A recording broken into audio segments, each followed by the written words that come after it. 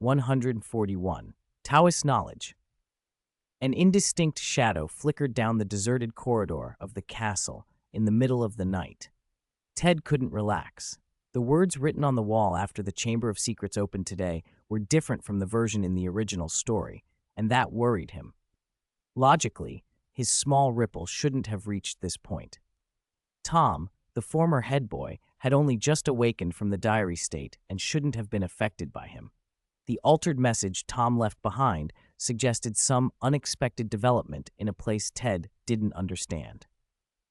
After thinking it over, Ted decided to check it out. He appeared in the abandoned girls' lavatory on the 3rd floor of the main tower and used his psychic perception to scan for minds. None. There didn't seem to be anyone with a conscious presence in the restroom. He sent the spirit crystal servant, Parker, to slip through the door crack and scan the room. Parker reported nothing. Remaining invisible, Ted slipped inside himself.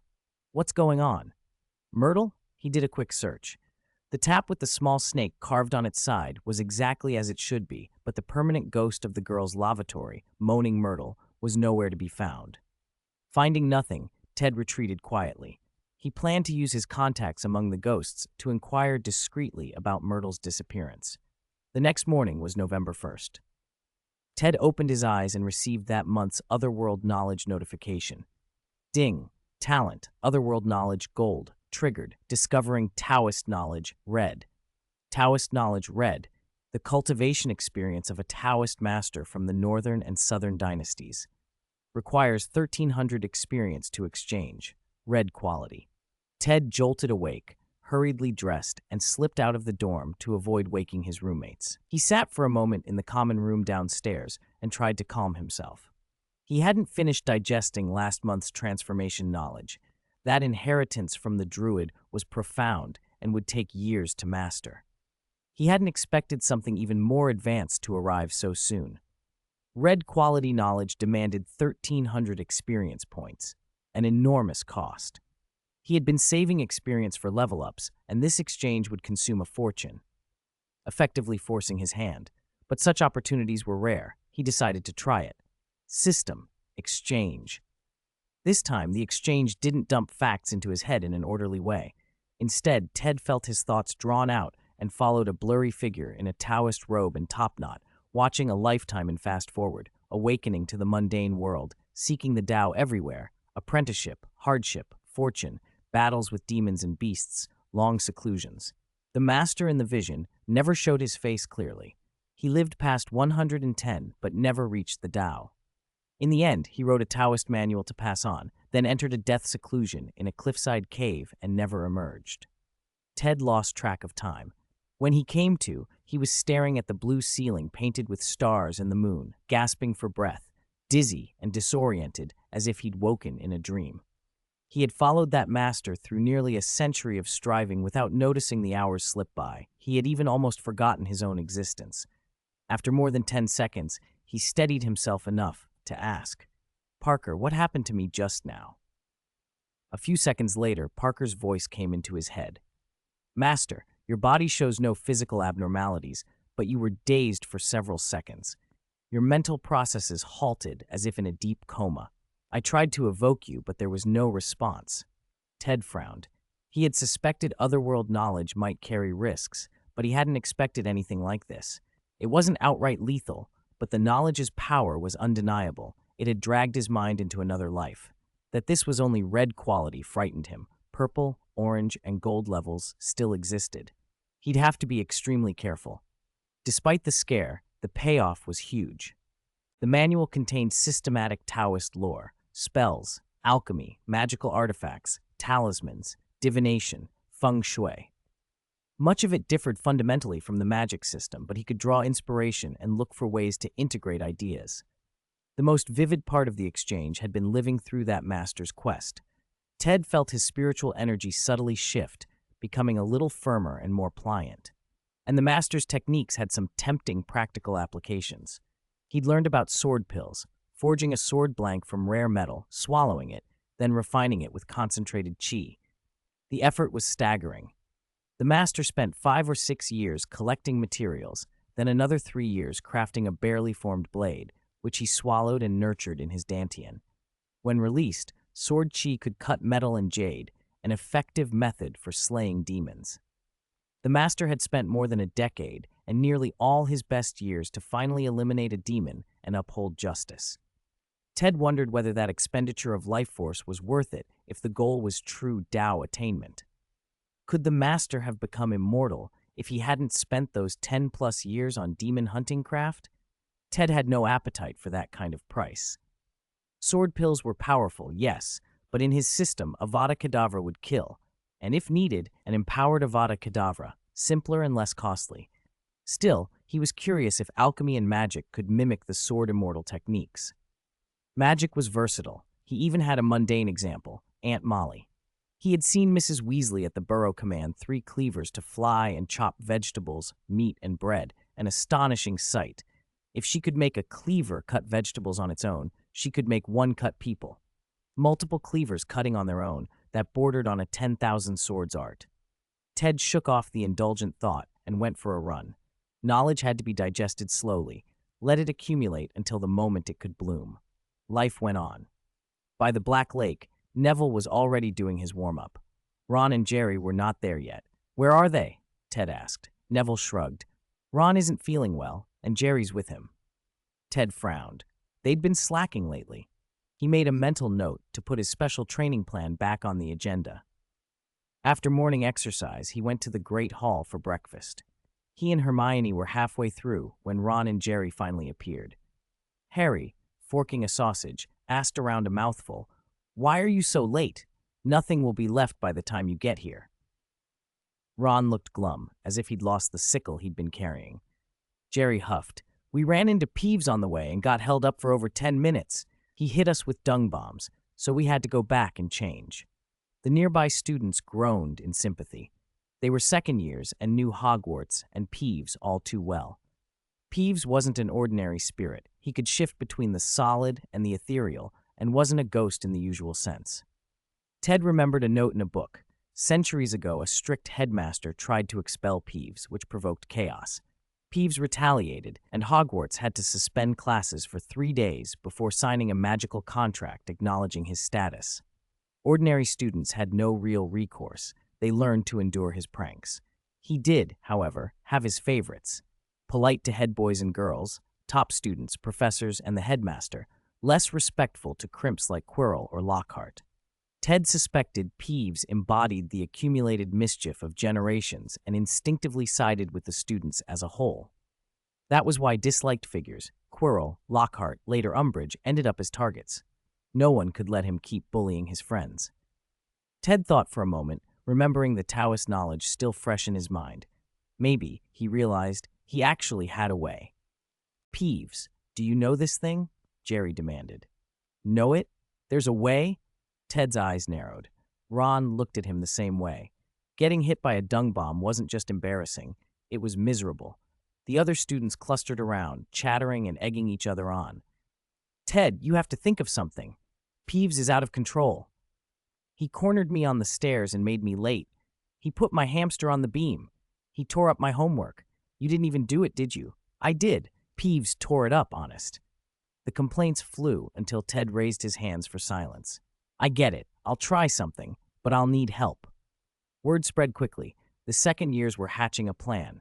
They whispered in class, slipped away in small groups afterward, then reconvened. Some, led by Neville, went out to the Homping Willow at the edge of the Forbidden Forest. Others, led by Jerry, fanned out to recruit more students. Ted, who knew a surprising amount about crafting enchanted objects from both wizarding and Taoist lore, intended to build a simple deterrent especially for Peeves, something to curb the poltergeist's worst excesses. Ted explained his theory. Peeves was the manifestation of the castle's mischievous subconscious, a prankster spirit given form and tangled into Hogwarts itself. Even the headmaster could not simply expel him. But that didn't mean he was untouchable. There were always ways to bind a spirit or temper its behavior. The trick was finding something that would anchor to Peeves' nature, yet be manageable for students. The materials gathered were an odd assortment. Neville returned with a long, supple branch from the Homping Willow, more than 2 meters long, emerald green, still twitching at the tip. There was an old teaching cane from an abandoned classroom, ink scrawled by students years ago, and a few restricted ingredients from Snape's private storeroom, contributed with a wink by Harry. Ted raised his wand and shaped an invisible mage hand to strip the willow clean of twigs and leaves. He fed the teaching cane into a small incendio, turning it to ash, and mixed the ash with the old ink. The ink shifted through colors, black to blue to green, then suddenly burst into flame. "Let's begin," Ted called, climbing onto a table. 50, maybe 60 students, the ones Ted had recruited, formed a rough circle around him.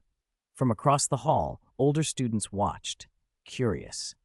On Ted's signal, the gathered second years raised their wands and sent a steady ribbon of azure magic toward his. The light was like an aurora, pooling on the tip of Ted's wand until it became a heavy, radiant globe. He felt the pressure as if holding up a boulder. Sweat beaded at his temple. When the magic had built enough, Ted drove a lance of light into the burning ink and fed the willow branch through the flame. For 30 heartbeats, the fire roared, then doused itself. The branch hovered, now glowing orange-yellow with tiny red flame patterns shifting along its length. The students stared. Ted had used his Taoist refinements and enchantment techniques to create a willow whip, a specialized binding tool meant to warn a prankster like Peeves. Ted reached out. The light faded, and the whip looked simply like a willow branch again. He grinned so broadly his cheeks flushed. "Time to test the fruits of our labor. Let's teach Peeves some manners," he said. They cheered and went hunting. A few scouts had already lured Peeves into show.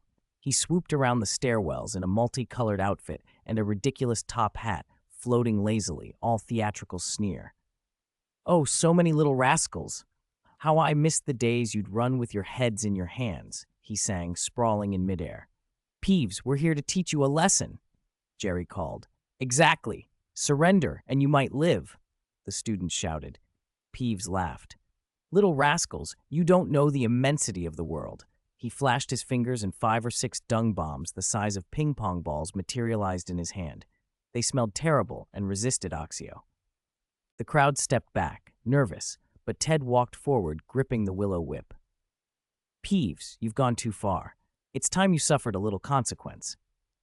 Before he finished, Ted snapped the whip. It struck like a venomous snake. A flash of red fire seemed to streak across Peeves. He was thrown into the wall, shrieking and rubbing at his arm. "Ah, what is this?"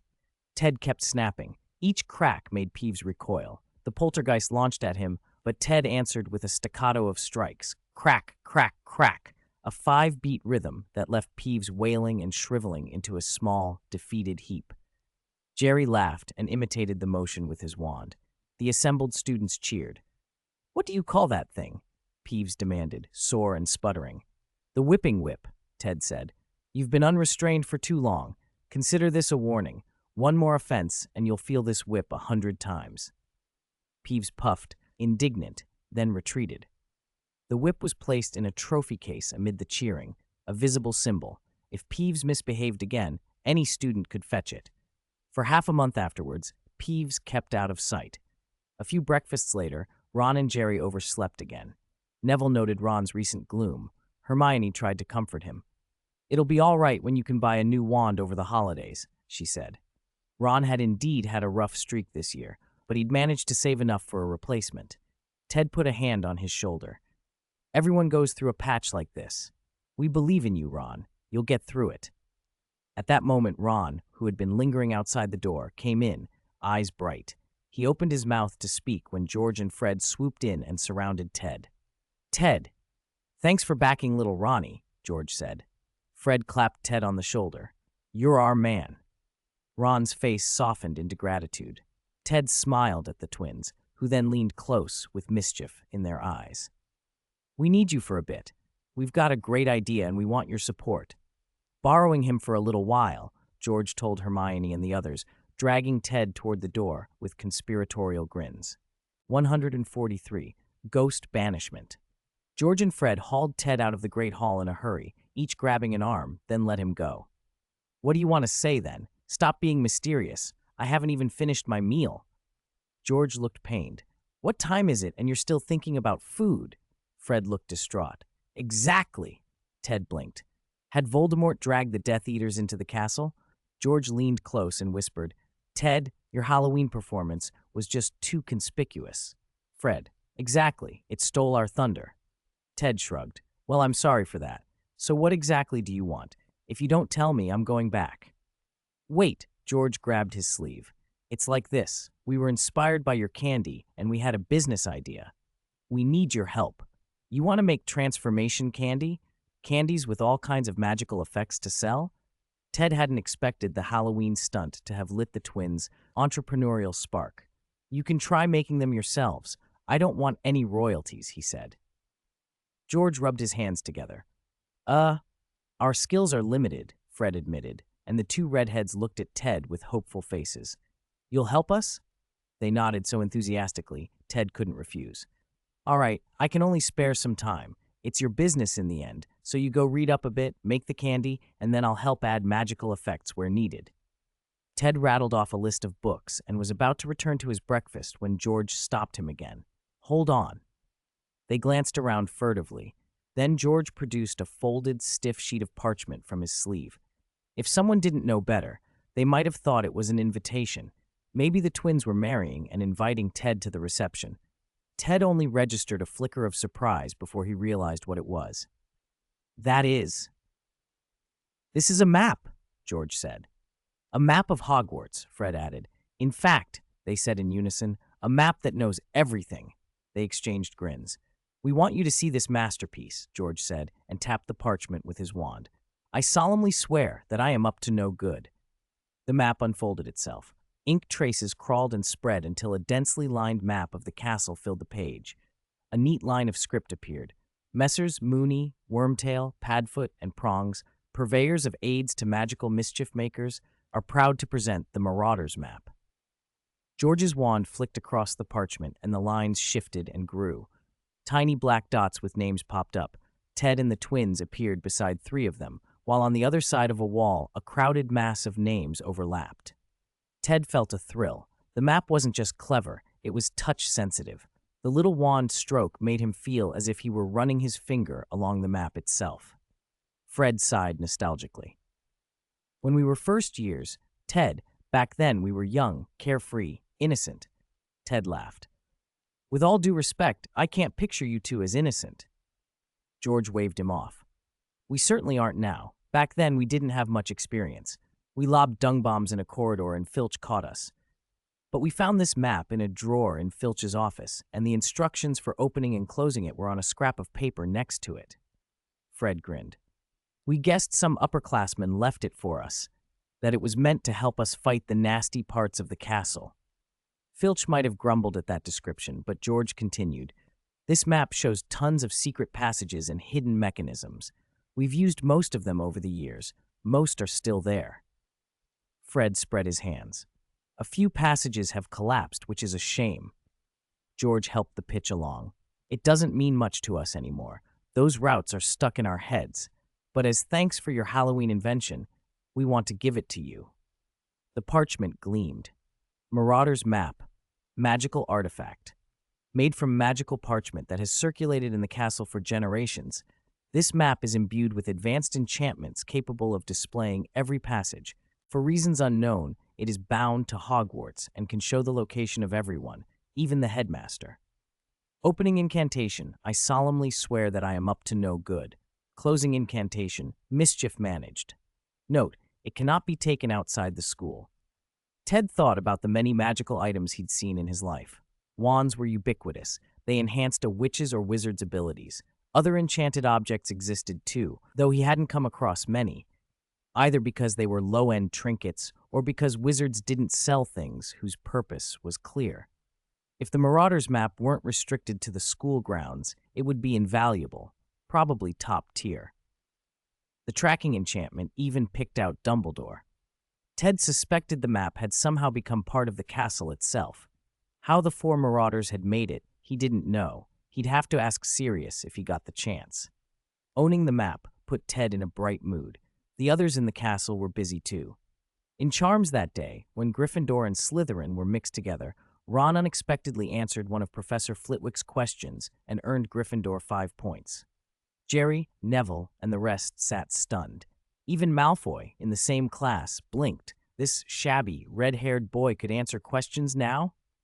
When class ended, Malfoy loudly grumbled that some people were just lucky, getting points by guessing. Ron bristled. If Flitwick hadn't walked away, Jerry and the others would have probably leapt on Malfoy. Jerry patted Ron's shoulder. "Ignore him." Neville nodded. "We've all seen the effort you've been putting in." "You deserve this," Jerry added. Ron had been studying more lately.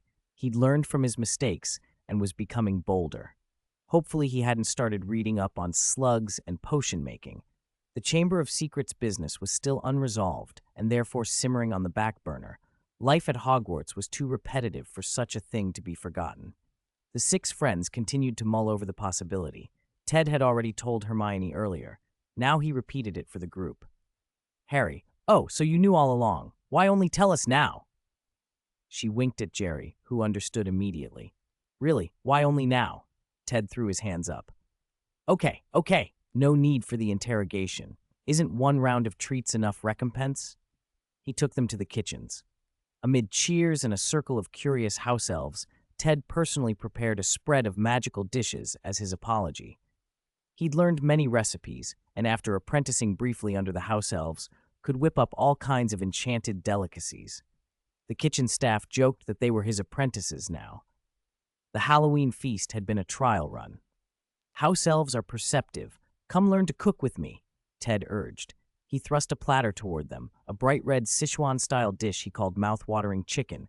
Jerry eyed the glossy red chicken and swallowed. "It looks spicy." Ted waved his hands. "Not spicy, just very colorful." Jerry picked up a piece skeptically and popped it in. His voice muffled, then his eyes widened. "Delicious!" Harry tried some. It's so good."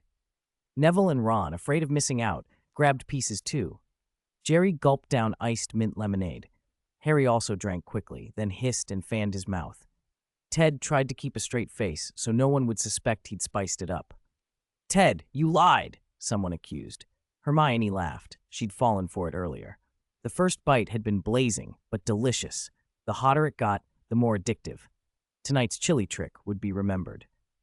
As they left the kitchens, a house elf named Kaka slipped up to Ted and whispered, "Mr. Ted, we found news about what you asked us to look into. We found Myrtle. She said she was expelled by magic and cannot return to the lavatory she usually haunts." Expelled? A ghost expulsion spell? Chapter 144. The Essence of the Restricted Section. Days flew by. In the blink of an eye, more days had passed. The young wizards searched for clues about the Chamber of Secrets everywhere, and more students spent their free hours in the library. But the chamber was well hidden. Only a few obscure books contained fragments of information, and each discovery only raised more questions. Jerry thought that if Tom Riddle hadn't opened the chamber during his school days, resulting in Myrtle's death, probably no one would know the chamber existed now. The knowledge had originally been kept within the Gaunt family, which later intermarried and stopped sending members to Hogwarts until the secret was almost lost. How Voldemort learned of it remained unknown. When books failed them, the curious students went to the professors. Someone asked Professor Binns. The history of magic professor, a ghost, barely registered the question. He went through the motions and couldn't even remember the names of a few students. In the original timeline, Hermione's name had prompted an answer. Here, an unknown student got nothing. "I think you should stick to solid history in the books rather than rumors and gossip. Sit down, please."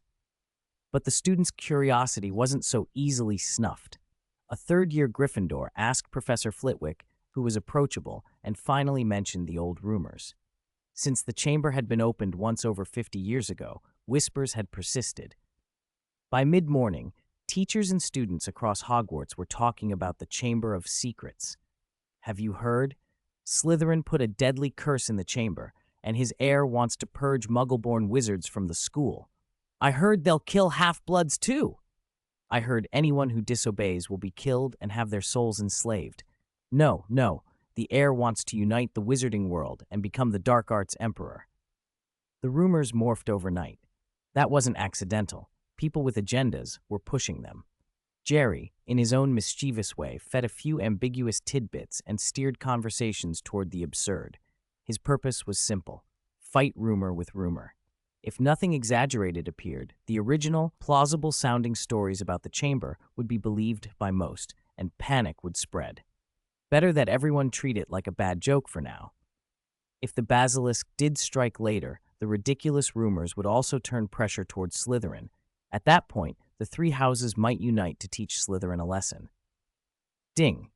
Completed hidden quest. Rewarded 120 experience. The system even treated Jerry as a budding influencer. His friends eagerly bounced the rumors around. If that heir wants to purify the school, he wouldn't come after me, would he? Jerry pinched his round ears and protested. I'm so cute. How could I be purified? Neville looked worried. Would he purge kids with bad grades too? I study really hard. Harry and Hermione rolled their eyes. Jerry reassured them. Don't worry, he won't. Pureblood status doesn't guarantee ability, Hermione said. Look at Malfoy's marks. He talks endlessly about bloodlines, but he can't compare to Hermione. If he purged that way, the only one left at the end would be the so-called heir. It was true that the wizarding world was elite-driven. A small number of influential families or figures pushed everything forward. Dark Lords, White Lords, the founders. Ordinary wizards contributed mostly by passing on their lineages, and many failed even at that, dying childless. What had Jerry contributed to humanity? Probably only to its diversity. The student's obsession over the chamber far outstripped Jerry's interest. He had daily studies and magic practice, alchemy and artifact creation to ponder, and he was helping the Weasley twins with their research and inventions. He'd also been inspired to develop new potions. He was busy. He had no time to chase the chamber. Besides, a giant basilisk lived somewhere in there. Whoever wanted to study it could take the risk. But his friends wouldn't let it drop. It was the biggest topic of the year, and even if Jerry resisted, they would not stop talking about it. Hermione dug through books. Jerry's seeded rumors gave them another direction. If Slytherin had an heir, who would it be? It couldn't be me, could it? Harry asked. Hermione snapped her book shut. It'd have to be a Slytherin student, right? Hey, among your pureblood families, who's related to Slytherin? Jerry asked Ron, hitting the heart of the matter. An heir. If blood relation mattered, the heir would likely be related to Slytherin. Ron scoffed. Pureblood families have intermarried for centuries. We're all tangled up. If you want, I, Neville, Harry, even you, are related to Slytherin. I'm even related to Malfoy, Ron added with a pout. Malfoy, right. When Slytherin students were mentioned, the first name most thought of was Malfoy. Harry's expression hardened. Could Malfoy be the heir? He has the motive, Neville said. He's dodgy enough. Jerry chimed. We must test him. They all agreed. Malfoy was suspicious. If he wasn't the heir, he might at least know something. Jerry listened and almost laughed. Why were they fixated on classmates when older, more accomplished students might be likelier suspects? Still, letting them fuss about Malfoy might be safer than poking around the chamber. He hoped for a bit of peace. But his friends found a concrete plan. There's a potion that can transform someone completely, Harry said. We can use it to become Malfoy's cronies and get information. Ron and Neville looked doubtful. I haven't read that, Ron said. What potion is it? Jerry asked. It's called Polyjuice Potion, Hermione answered. How do you make it? I don't know. Jerry stared. If you don't know it, why are you so excited? Hermione brightened. I remember it's in a book. What book? I'll go find it, Jerry volunteered. He was not about to be purged. Becoming a wizard had changed so much for his extended family of 100 people, they couldn't risk being targeted. Hermione relayed, Powerful potions, it's in the restricted section. All eyes turned to Jerry. With his connection to Lockhart, getting a library pass would be easy, right? Jerry raised his hands. Fine, I'll get the book, but I won't brew it. It takes a month to brew polyjuice, and I have important experiments. Hermione should brew it. He cut off Hermione's protest with, Believe in yourself. You can do it. That night, moonlight poured silver through the library windows. Jerry slipped out under his invisibility cloak, bypassed the familiar magical traps and the noisy alarm statues that screeched on contact, and made his way to the restricted section. He wouldn't waste time asking Lockhart for a pass. With so many books there, how many could he possibly borrow? And even if Lockhart wouldn't care, it would be awkward if Dumbledore or Professor McGonagall found out. After all, Isn't it natural for a Hogwarts student to sneak into the restricted section at night? A son stealing from his father isn't stealing, so a student taking books isn't stealing either. It's called borrowing by stealth. Besides, Jerry had a task. Forbidden books are the essence of the library, read. Now that he was practiced with the invisibility cloak and had the detect magic ability to mitigate dangerous book effects, he decided to try the restricted section. He appreciated the 100-point rewards from his book friends. Medicine is Justice, Hard Asleep, Aim and Alicia, and Witness the Power of the Salted Fish, and felt ready to proceed. The Marauders map George and Fred had given him was a godsend. With it, night excursions were safe. Ted even kept an eye on Scabbers. Pettigrew's name showed up clearly on the map in Neville's dormitory. That old rat really had stamina, sitting there day after day without moving. Maybe this grandson was destined to be a pet rat who ate when hungry and slept when full for the rest of his life. Alohomora, in a whisper, opened the lock on the restricted section. Before Ted stood a dozen short bookshelves, 2 meters high instead of the 4 or 5 meter stacks outside. The shelves looked modest, but the books were anything but.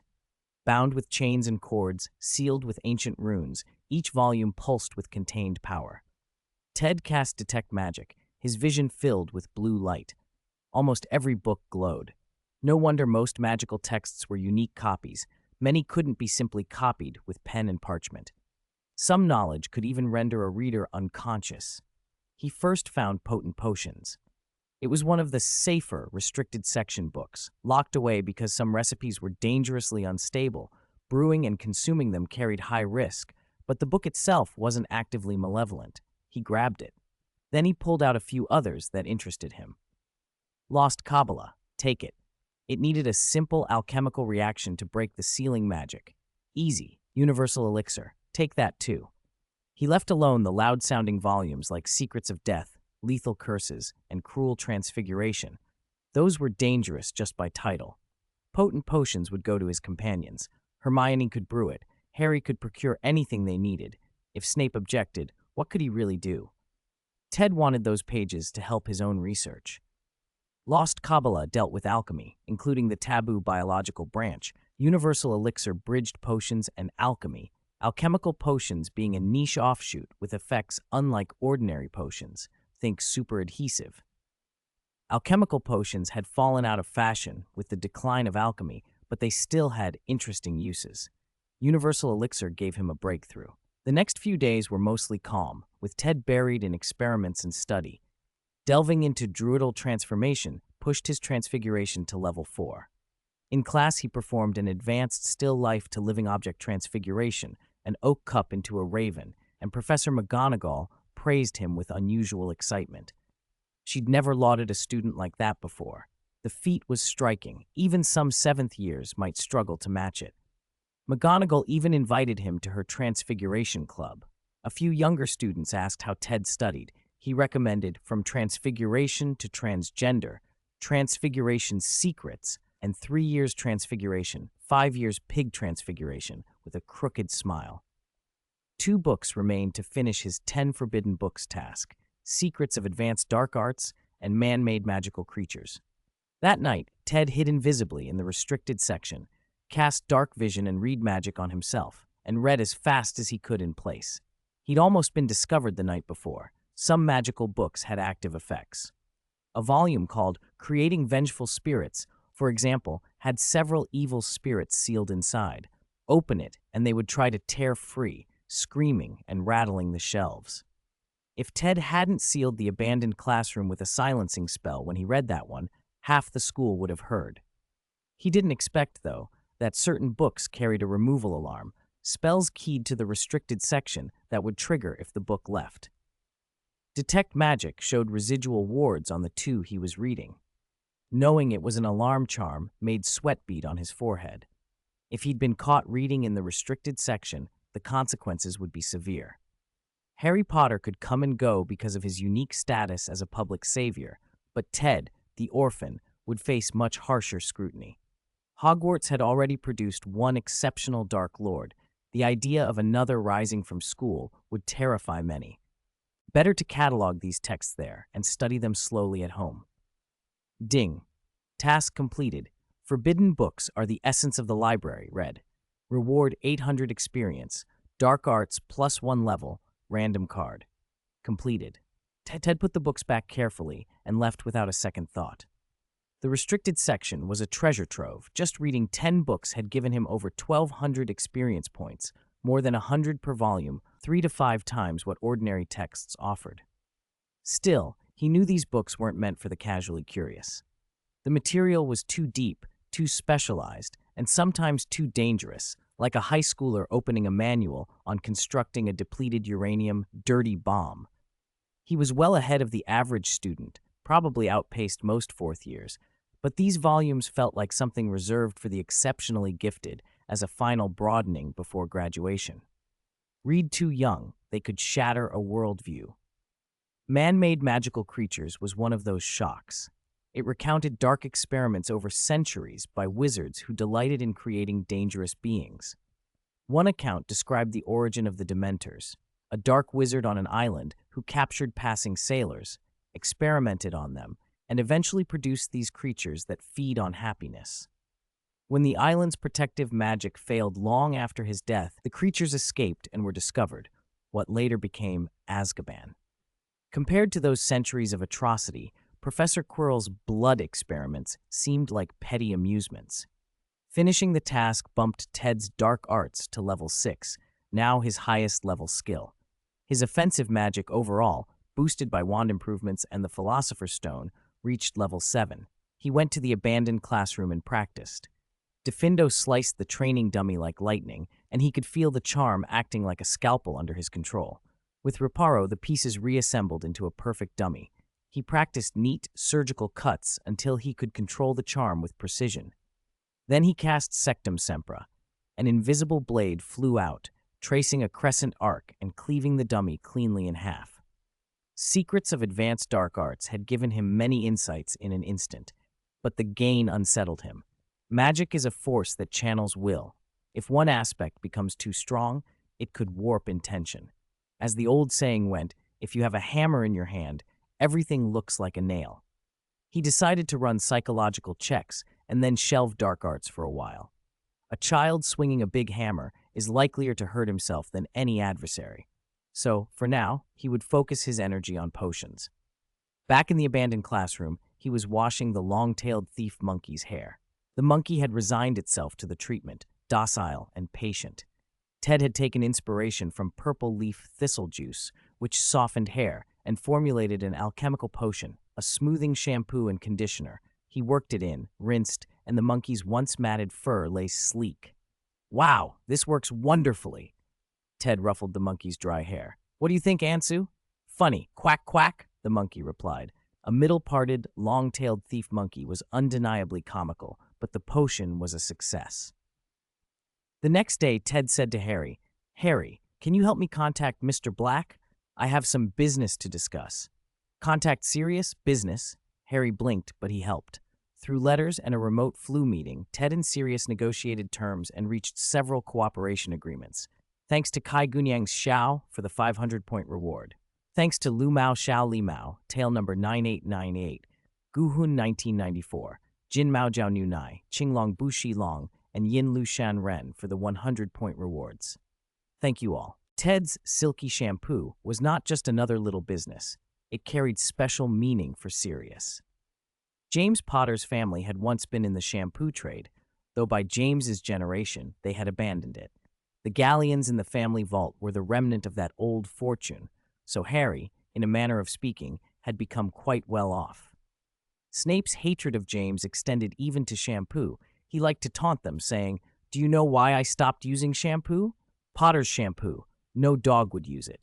After that, he refused to wash his hair with it. Ted and Sirius had teamed up to revive the Potter family's ancestral product. Sirius, everyone guessed, intended it to be part of Harry's future security. Ted himself didn't run the shop. He provided the formula and the tech and took a straight 15% pure profit share. Ron was green with envy. This year, he had learned the hard way that a single galleon could change a wizard's fortunes. Without money, you couldn't get anywhere. "When will these poor days end?" he complained. George only smirked. "That depends on how long you live." The British wizarding community was small enough that news spread fast. The reappearance of the Potter shampoo caused a real stir. With the Blacks backing the venture, the shop opened with a lot of momentum.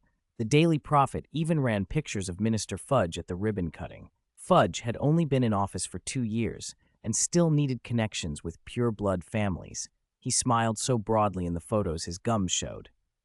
Ted, as inventor of silky shampoo, suddenly had his name in certain circles.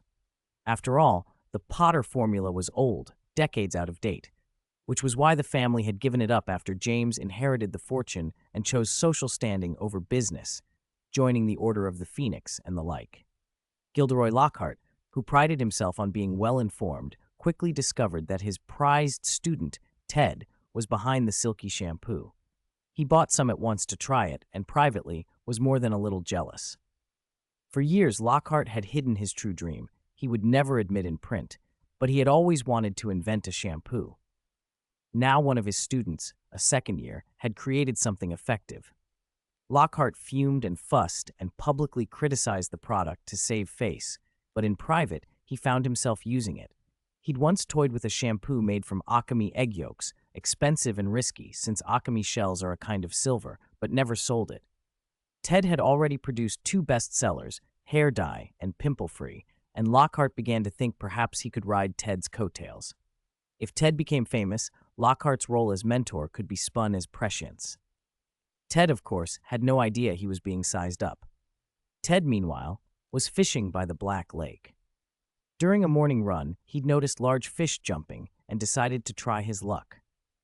After 20 minutes, he hauled in a giant alligator snapping turtle, about the size of a small wash basin and armored with sharp ridges. Flipping through a magazine on magical creatures, he realized it was an invasive species, likely someone's discarded pet. The book said it was prized both as nourishment and for potion making. Its shell could be a valuable ingredient. That would not do. He couldn't leave invasive creatures in the lake. The Hogwarts kitchen soon welcomed a new item, braised alligator snapping turtle. Processing it was no easy task. A house elf bent a cleaver trying to get through the shell, so Ted used Sectum Sempra to strip it open. He grabbed a large pot, the exotic spices he'd bought from a Muggle-run Chinese market, and the potion ingredients Harry had purloined from Snape's private stores, and he threw them all together. He set the fire with incendio and let it simmer for a long time. The aroma that rose was irresistible. 2 hours later, when the lid came off, a golden, glowing thing erupted, like a dragon turtle unfurling into the air. For a long moment, the house elves and students in the kitchen stood, mouths open, staring upward. Ted cleared his throat and said, "Well, it seems the turtle has returned to its bliss. We should be glad for it." Hermione, who had once protested that turtles were too cute to eat, reached out to touch it and yelped when it bit, then ordered them to slow cook the other half until it was tender. She devoured it with the most enthusiasm of anyone. The others ate just as heartily. Ron even managed a broad, silly grin. The meat, rich, collagen-laden skirt meat, was fragrant and comforting. It felt like warmth spreading through the limbs, a delicious restorative sensation. This was magical cuisine, after all. Potions plus herbology plus culinary skill, medicinal cooking with real potential. Ted had personally trained 18 house elves in the kitchen, the 18 kitchen elves, each with their own specialties. Salted duck eggs, kung pao chicken, spicy shredded chicken, English-style rougiamo, a Hogwarts version of hula tang. In a fortnight, the Hogwarts cookbook had doubled in thickness.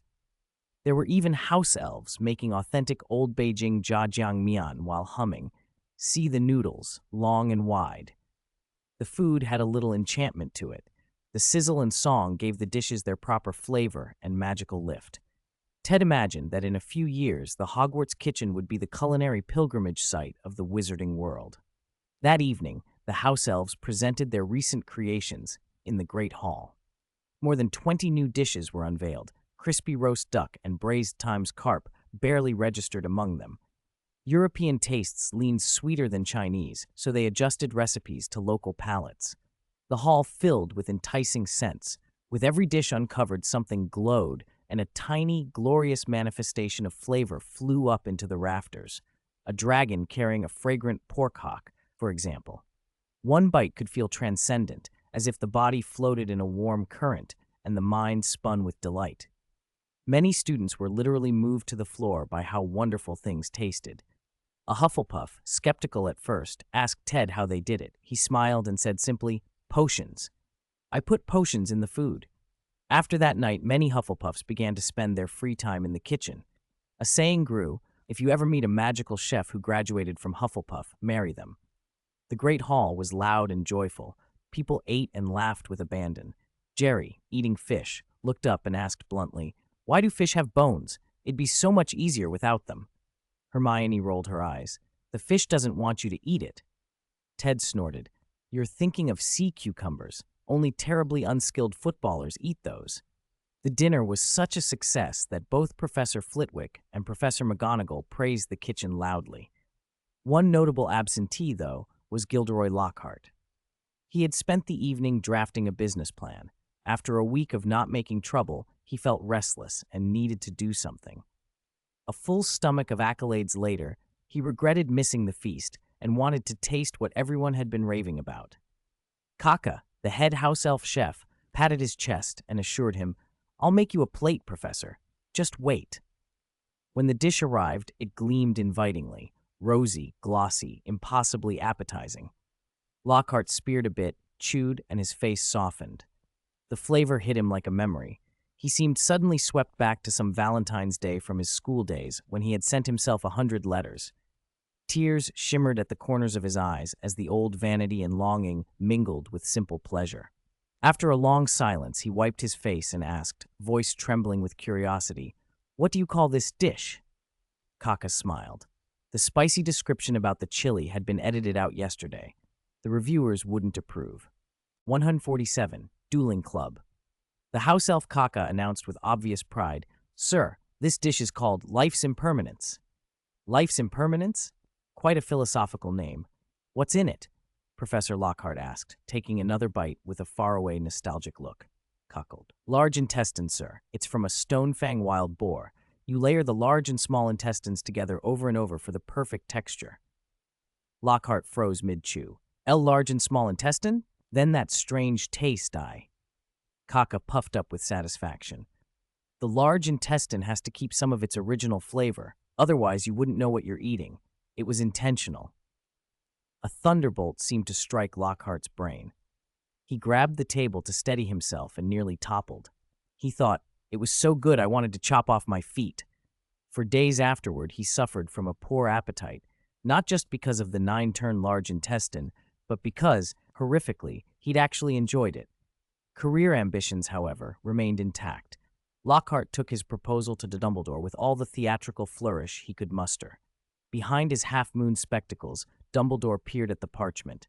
"A dueling club? We haven't had one in many years." Lockhart beamed his practiced, blinding smile. "Precisely. That's why I'm applying to restart it. These children are far too delicate. They need real combat experience."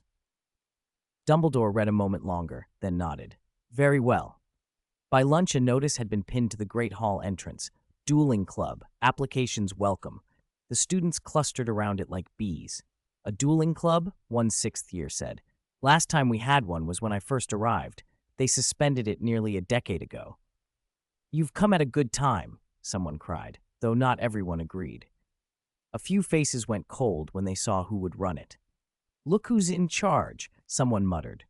Lockhart's name killed the excitement for many, but plenty of kids still wanted a chance to spar. Even with Lockhart, it would be somewhere to practice. What use is magic without somewhere to use it? Lockhart running the dueling club felt like a dog growing horns. Unexpected, ridiculous, and somehow irresistible. The announcement said the first meeting would be the second weekend of next month. It was late November. Not long to wait. Harry could barely contain his impatience. "Lockhart's organizing a club now. Does he even know how to run one?" "Bah," Ron sniffed. "He's shameless. First house elves, then plays, now clubs. What's next?" Jerry grumbled. Neville looked uneasy. Between the Defense Against the Dark Arts Drama Club and Lockhart's new ventures, he feared being typecast yet again as the comic relief. Werewolves, elderly witches, female ghosts, yetis, roles he was tired of playing. He longed to be a solid character for once. Hermione, already exasperated, asked Ted, "How much longer is the school year?" Ted shrugged. "Half a year left, at least." Ted had barely registered Lockhart's club announcement as anything but a familiar plot beat from the books until something else clicked in his head.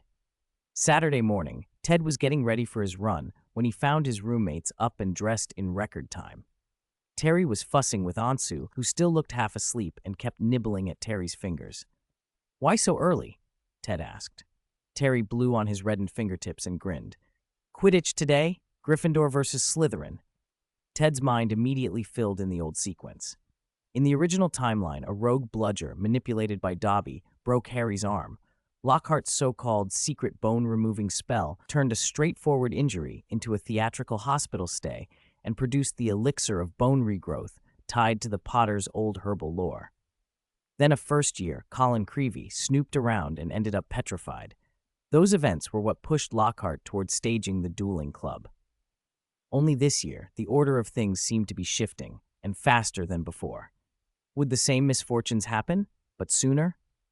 Ted watched the match and scanned the stands for any sign of Dobby. He found none. The crowd at the pitch was a riot, students from all four houses shouting, jeering, and waving banners. Gryffindor and Slytherin games always carried a personal edge. Ravenclaws, typically neutral, mostly stayed out of it, but exceptions existed. Luna wore an outrageous lion's head hat that concealed her entire skull, with only her pale face peeking from the lion's open mouth. Ted couldn't resist. "Need a hand?" he asked quietly, and gave the hat a little spell.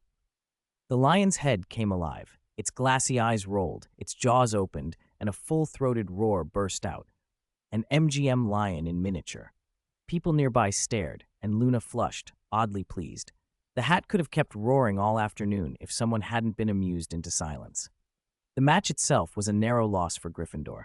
Ted didn't care so much about the score as about finding strange, small signals of deviation from the old story. He stayed up that night watching the Marauders map, ready to move at the first sign of trouble. He saw Harry and Jerry slip out around midnight, but no bludger, no Dobby. He ended the night tired and empty-handed.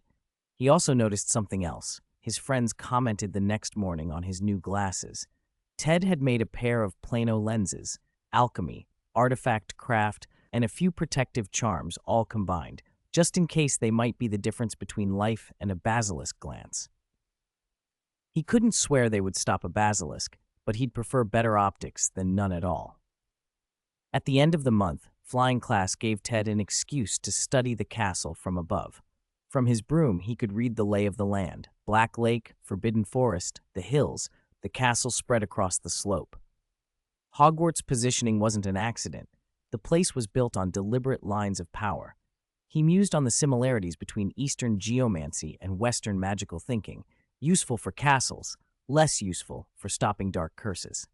Still, it was satisfying to know the school's foundations hummed with deliberate design. That night, Ted opened the Marauders map and nearly dropped it. Neville's name was moving across the parchment, and right beside it, Dobby's. Aha! Everything else he had been searching for had to pass by here. He closed his fingers on the map, went to the door, and slipped out of the dormitory. He cast his invisibility cloak and shouldered his supplies, the must-not-die glasses on his face, more precaution than confidence, and Puck, his tiny spirit crystal servant, sent ahead to scout every corridor and intersection. He moved with practiced caution toward the main tower, every sense alert, determined to see what Neville and Dobby were doing out after hours. 148. New knowledge and the first victim. "Mr. Longbottom, you can't stay at school. It's too dangerous. Too dangerous." A house elf in a dirty pillowcase clutched at the hem of Neville's robe, tears like beads tracking down its cheeks.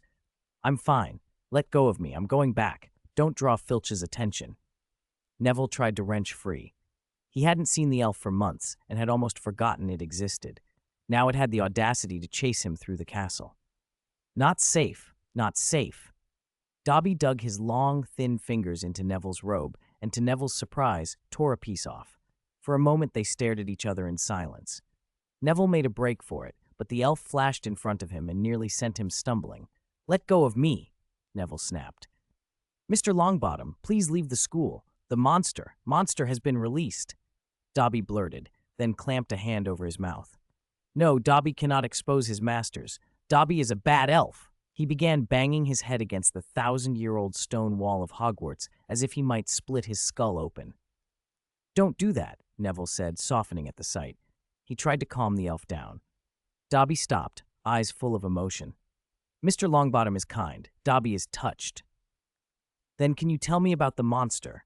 Neville started, but Dobby promptly resumed his frantic headbanging. All right, I won't ask, Neville muttered. A spell hissed through the air toward Dobby's back.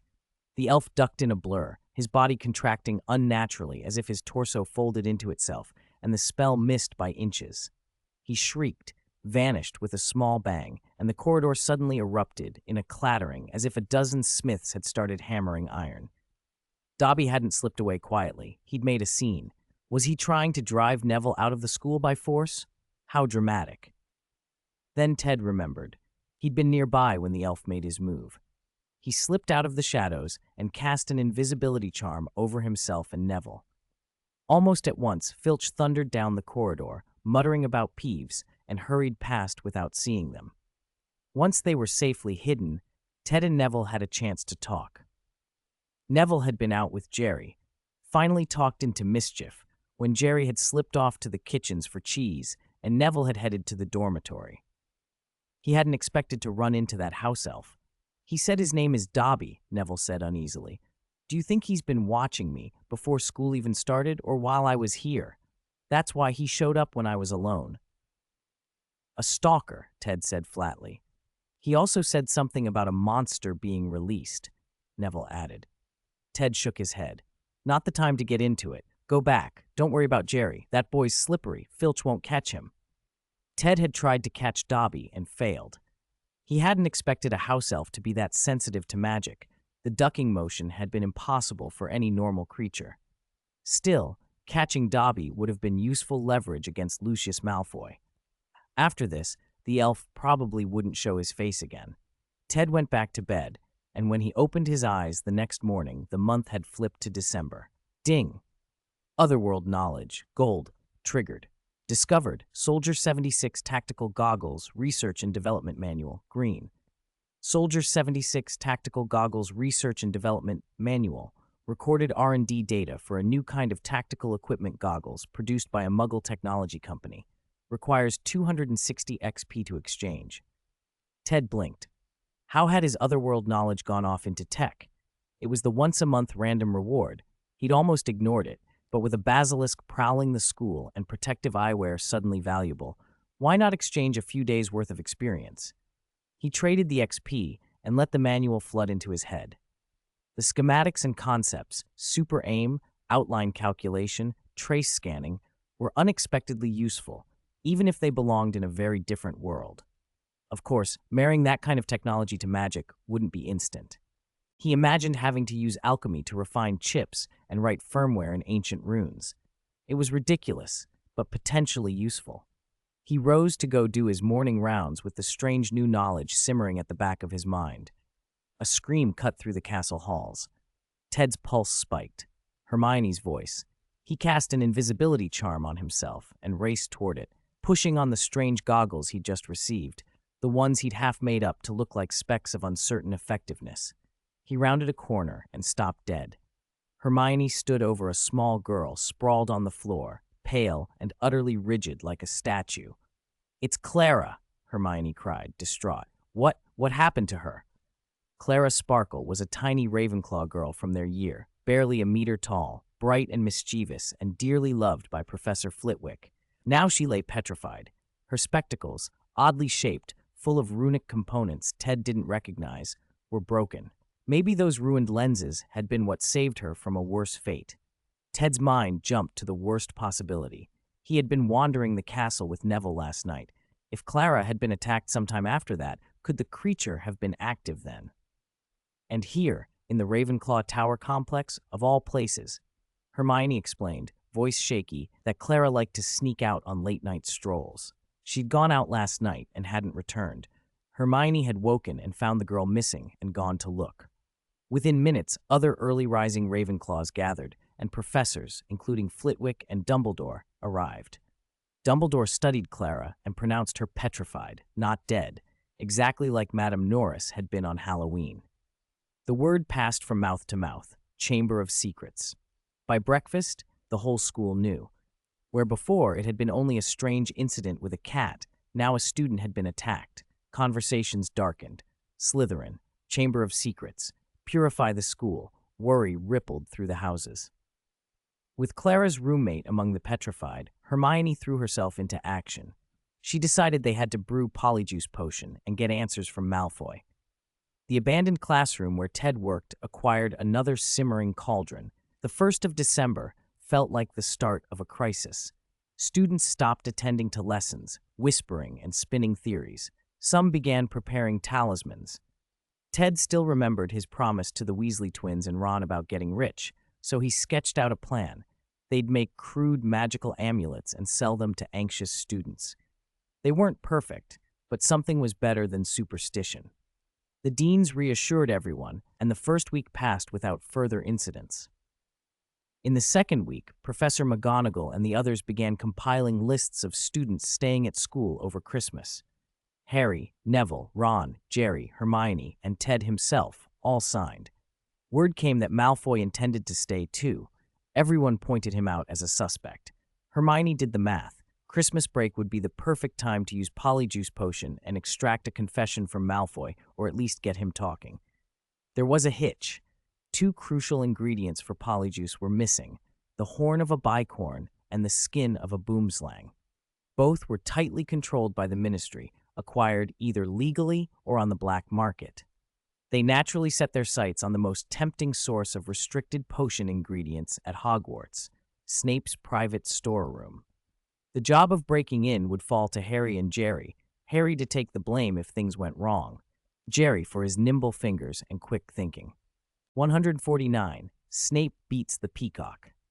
With the Christmas holidays approaching, the notice board in the Great Hall was cluttered with parchments. After morning exercise, Ted and Neville went in for breakfast and saw Luna posting a long sheet of parchment on the board. Did you lose something too? Ted asked. Normally notes here were for lost and found, misplaced books, missing pets. But when Ted looked, the parchment was nearly a foot long and filled with a long list of missing items. You lost all these? Ted asked. Luna blinked at the board and answered softly. Everyone keeps playing tricks on me and hiding my things. The holidays are coming, so I asked them to give my things back. Luna's face was calm, but Ted and Neville's expressions hardened. This was bullying. First-year girls' dormitory really is like this? I'll see what I can do. We'll ask around. Ted later asked Hermione to help figure out what had happened. Luna's odd behavior made her a target. People had nicknamed her Loony Lovegood. Classmates stole and hid her things, her odd butterbeer cork necklace, her dirigible plum earrings that looked like tiny carrots. She'd become a regular object of pranks and mockery. Ginny from Gryffindor was one of Luna's few real friends. In the Ravenclaw common room, about 20 younger Ravenclaws gathered. Ted stood by the bust of Ravenclaw, serious. I didn't expect to see this in Ravenclaw, a house that prides itself on wisdom. I thought things like this came from Slytherin. This is school bullying. He went on, blunt but measured. Look at those who exploit legal loopholes.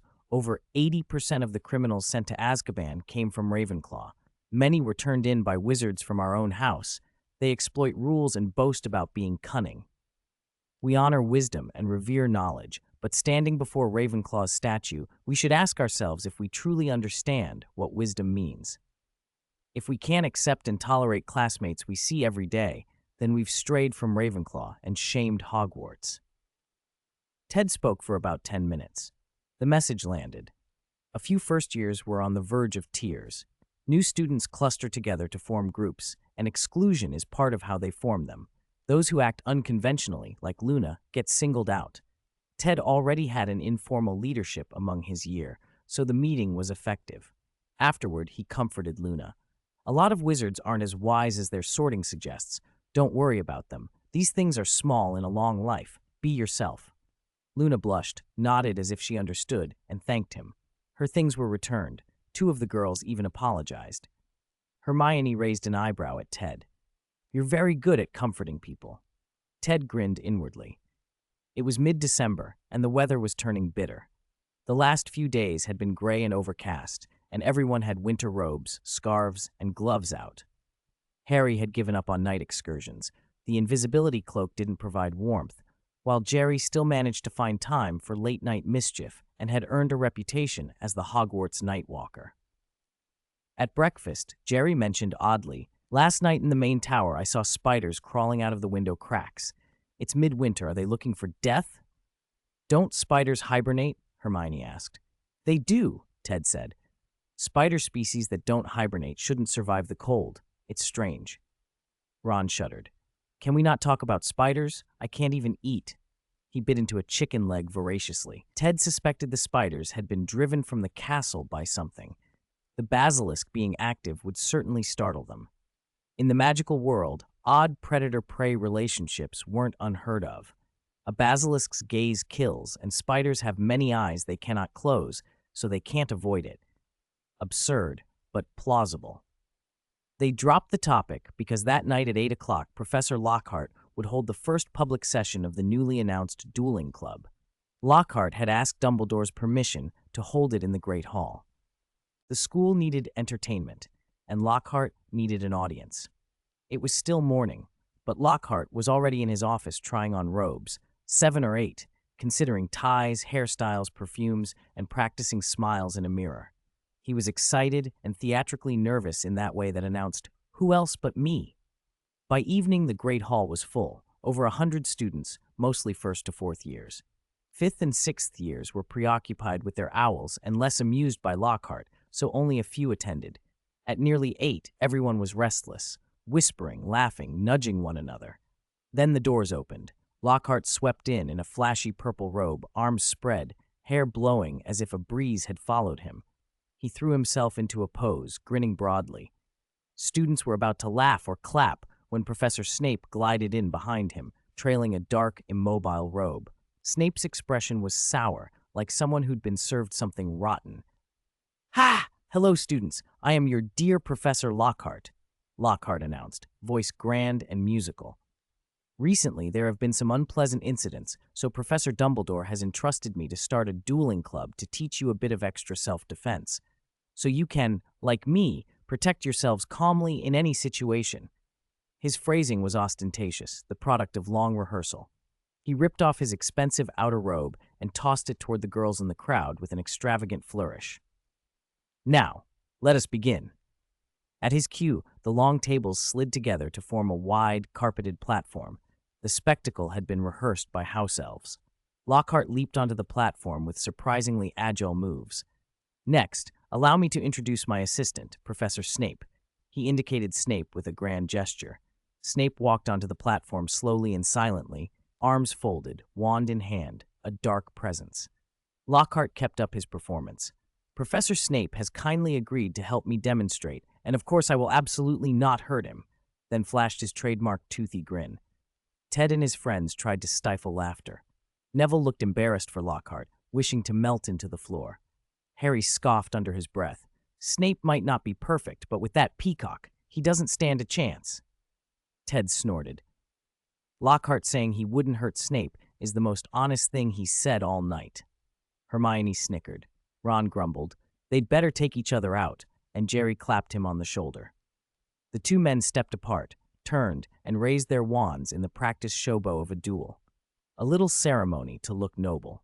If it were an actual fight, striking first would be the advantage. The two took their stances. 1, 2, 3. Expelliarmus! Snape's word was more a hum than a shout, so fast his lips barely formed it. Lockhart didn't react.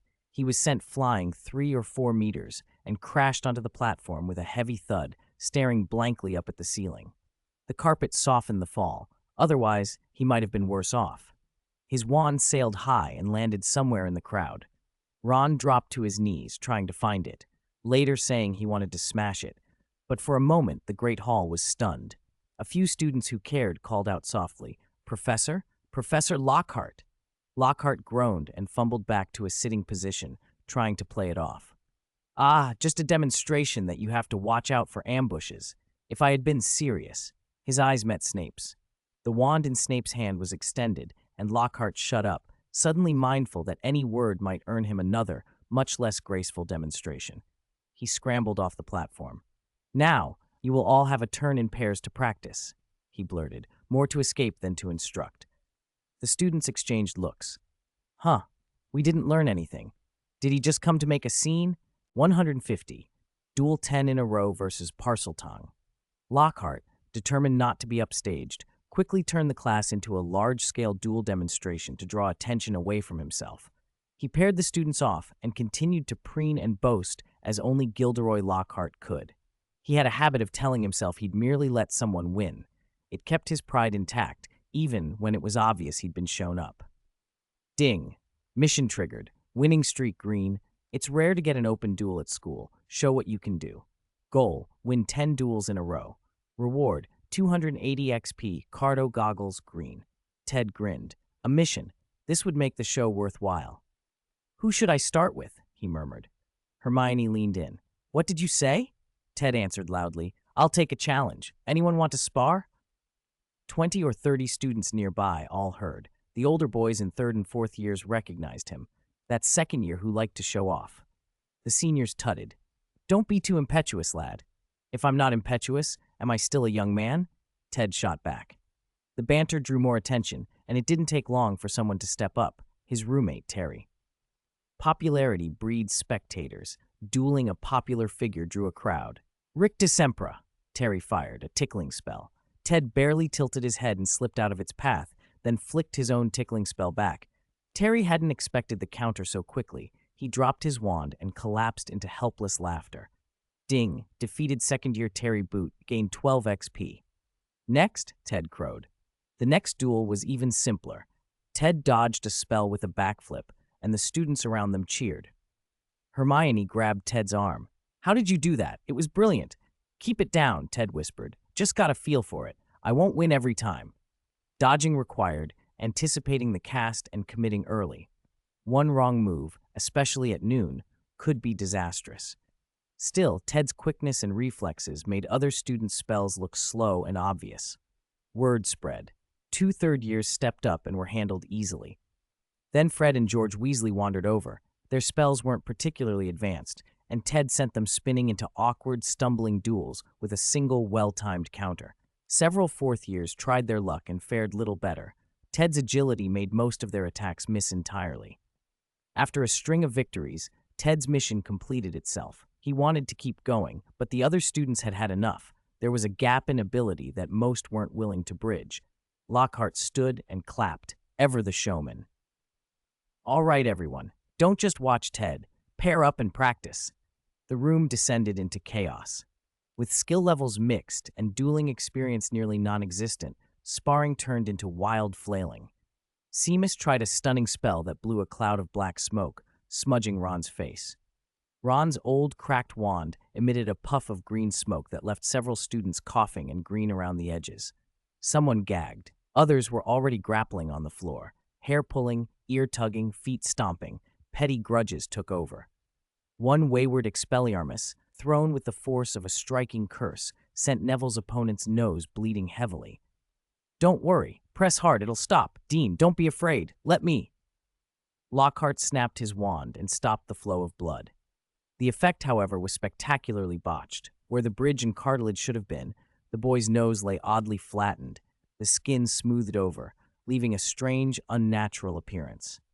The class went quiet for a beat, then snorts of laughter and gasps.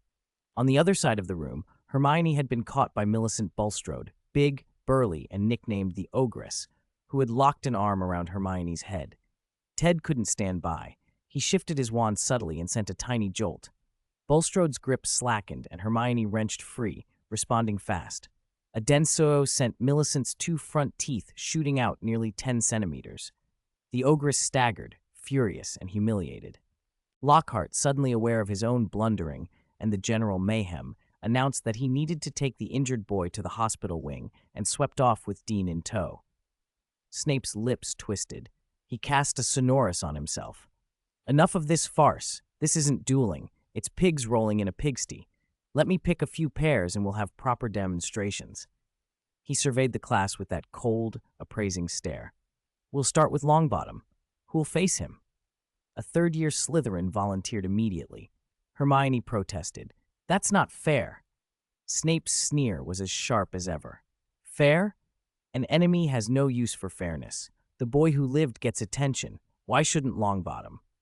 Neville and his opponent hesitated at first. Their duel played out like a clumsy turn-based match. Neville was on the back foot for several rounds, but he had stubborn will and surprising endurance. By the fourth exchange, the Slytherin began to tire and falter emotionally under pressure.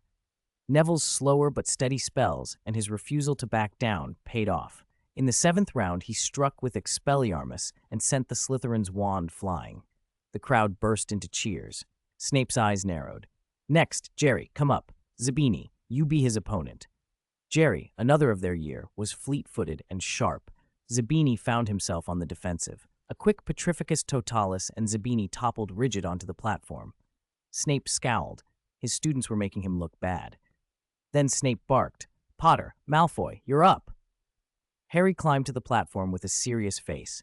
Malfoy looked oddly nervous. Lockhart couldn't help himself and popped back into the doorway, all smiles. Marvelous, a proper duel. Harry pressed the attack. Malfoy's first 3 spells missed him. Harry struck with a stunning spell and then tried an enemy-repelling jinx, but that missed. Malfoy, cornered and losing face in front of the crowd, lashed out with a spell he'd learned from a book, Serpensortia. A thick, black snake shot from the end of Malfoy's wand, long, arm-thick, and 2 or 3 meters curling as it landed on the platform and slithered straight toward Harry. Students gasped and backed away. Snape's hand tightened on his own wand. Frost Nova! Harry shouted, freezing a circle of ice 30 to 40 centimeters thick between him and the cobra. The snake halted, coiled, flicking its tongue. Malfoy breathed a short sigh of relief. A tie, at least. Lockhart's eyes suddenly lit. Sensing a chance to be the hero, he bounded forward, shouting, Stand back! Professor Lockhart will. He raised his wand and cast.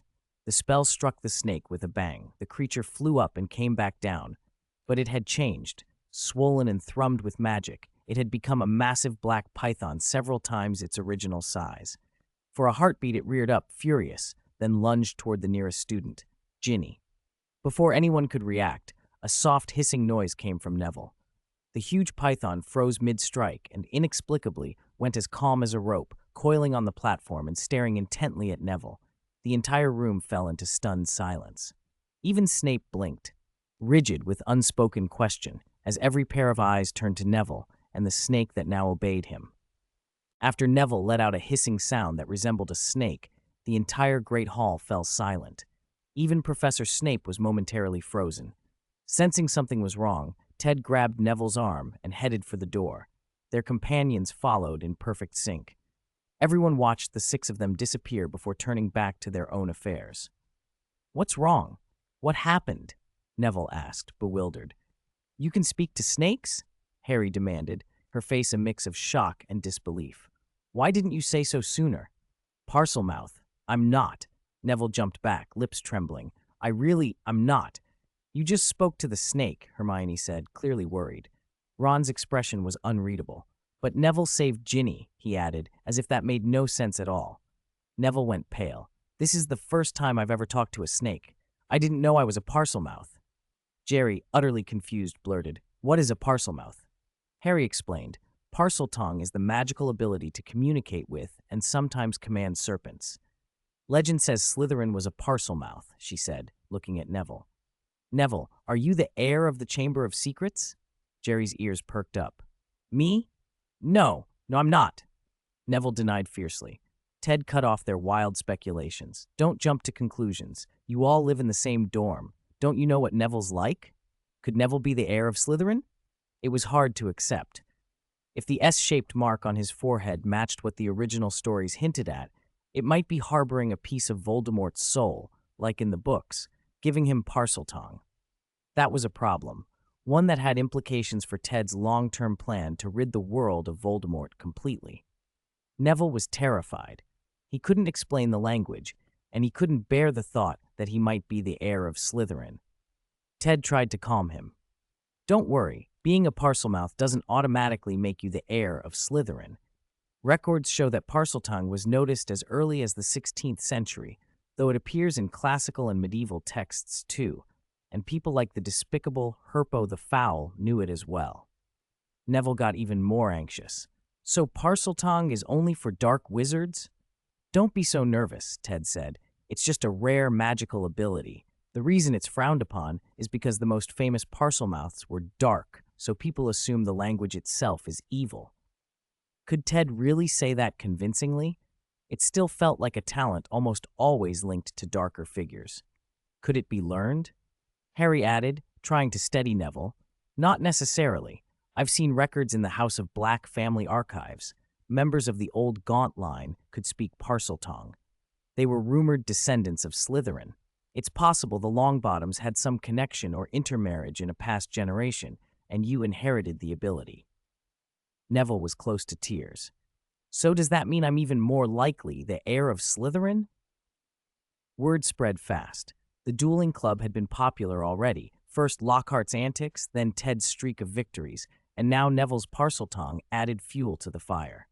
Everyone, especially the wizarding kids from established families, knew what Parseltongue implied. So Neville, the boy who lived, the heir of the Longbottoms, was a Parselmouth? Could he be the one who opened the Chamber of Secrets, the monster that had petrified the Ravenclaw student?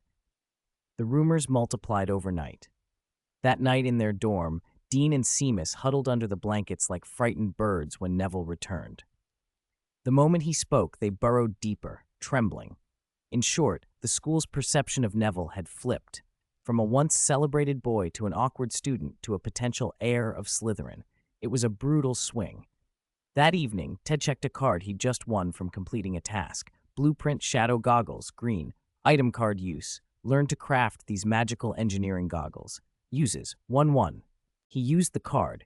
It flared and vanished like single-use cards always did, and his mind filled with instructions for crafting magical goggles. These were not ordinary wizarding spectacles, but engineering artifacts from the world of Azeroth. Alchemy mixed with a kind of magic tech that had become prominent with the advent of the gnome race. Gnomes, like wizards, are innately magical and tend to apply their magic to ingenious, often flashy devices. Ted remembered the gnome girl Clara, petrified earlier. She'd been wearing unusually styled glasses, though they'd been badly damaged, and their lenses had begun to melt.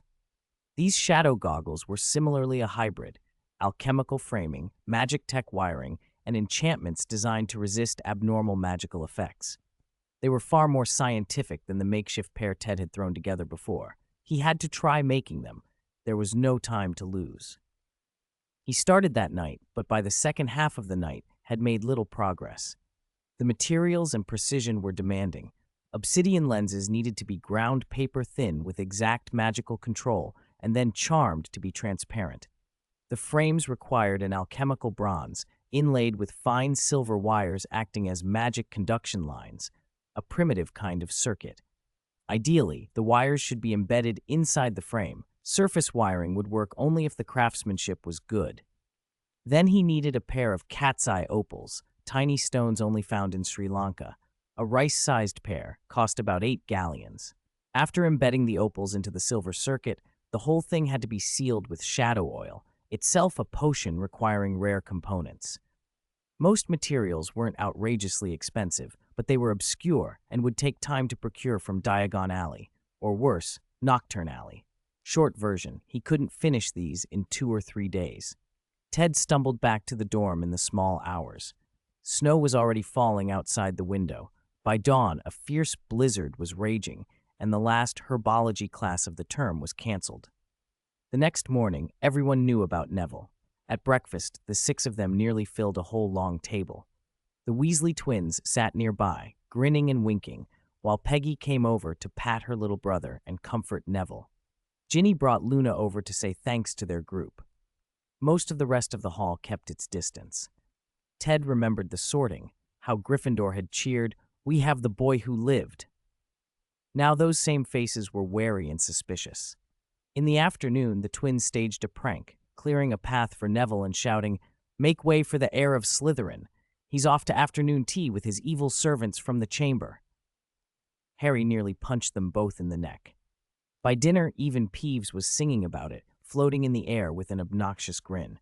"Longbottom is the heir. opening the chamber door. The monster will sweep the place. Everyone flee. Some of the first years took him at his word and bolted. Harry snapped. She ran back and grabbed the ghost-beating whip Ted had refined. Before Peeves could do more than gape, she flicked the willow lash. With an unexpected thud, Ron went sprawling to the floor. Harry hadn't practiced with the flexible weapon and, in one clumsy sweep, wrapped it around Ron's feet and yanked him down. He landed hard on his backside, stunned. "What happened? Someone's attacking me!" he cried. Harry stammered an apology. Peeves screamed, dove into a plastered wall, and fled. If Ron hadn't taken the hit, Peeves would have been on the receiving end. Fortunately, the whip had been enchanted with the students' combined will and tuned specifically for Peeves. It didn't harm anyone else. Otherwise, Ron would have been complaining for hours. The term ended on the 21st, and the Christmas holidays began. The 6 of them stayed at school. Last year, the Weasleys had gone to Romania to visit Charlie, who had just graduated and was training dragons. This year, they were bound for Egypt to see Bill, who worked as a curse breaker for Gringotts.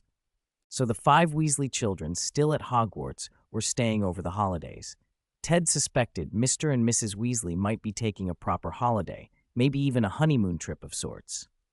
The start of the holiday was rough. Something felt off at school.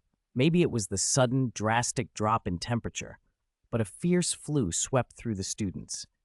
2/3 of those staying at Hogwarts fell ill, sneezing and running fevers. Fortunately, the Wizarding World had an effective remedy, Madame Pomfrey's special flu medicine. It worked within minutes of drinking, and the only notable side effect, smoke puffing from all 7 orifices, was considered negligible. All over the castle, you could see students with little white plumes rising from their heads, nostrils, and ears like human chimneys. Ted and Neville didn't catch it. Both were healthy. Neville, however, had been downcast these past few days after the Parseltongue incident. Ted was also feeling off. "As soon as I heard about colds and coughs, I got nervous," he admitted to himself. "Maybe I've picked up PTSD after everything we've been through."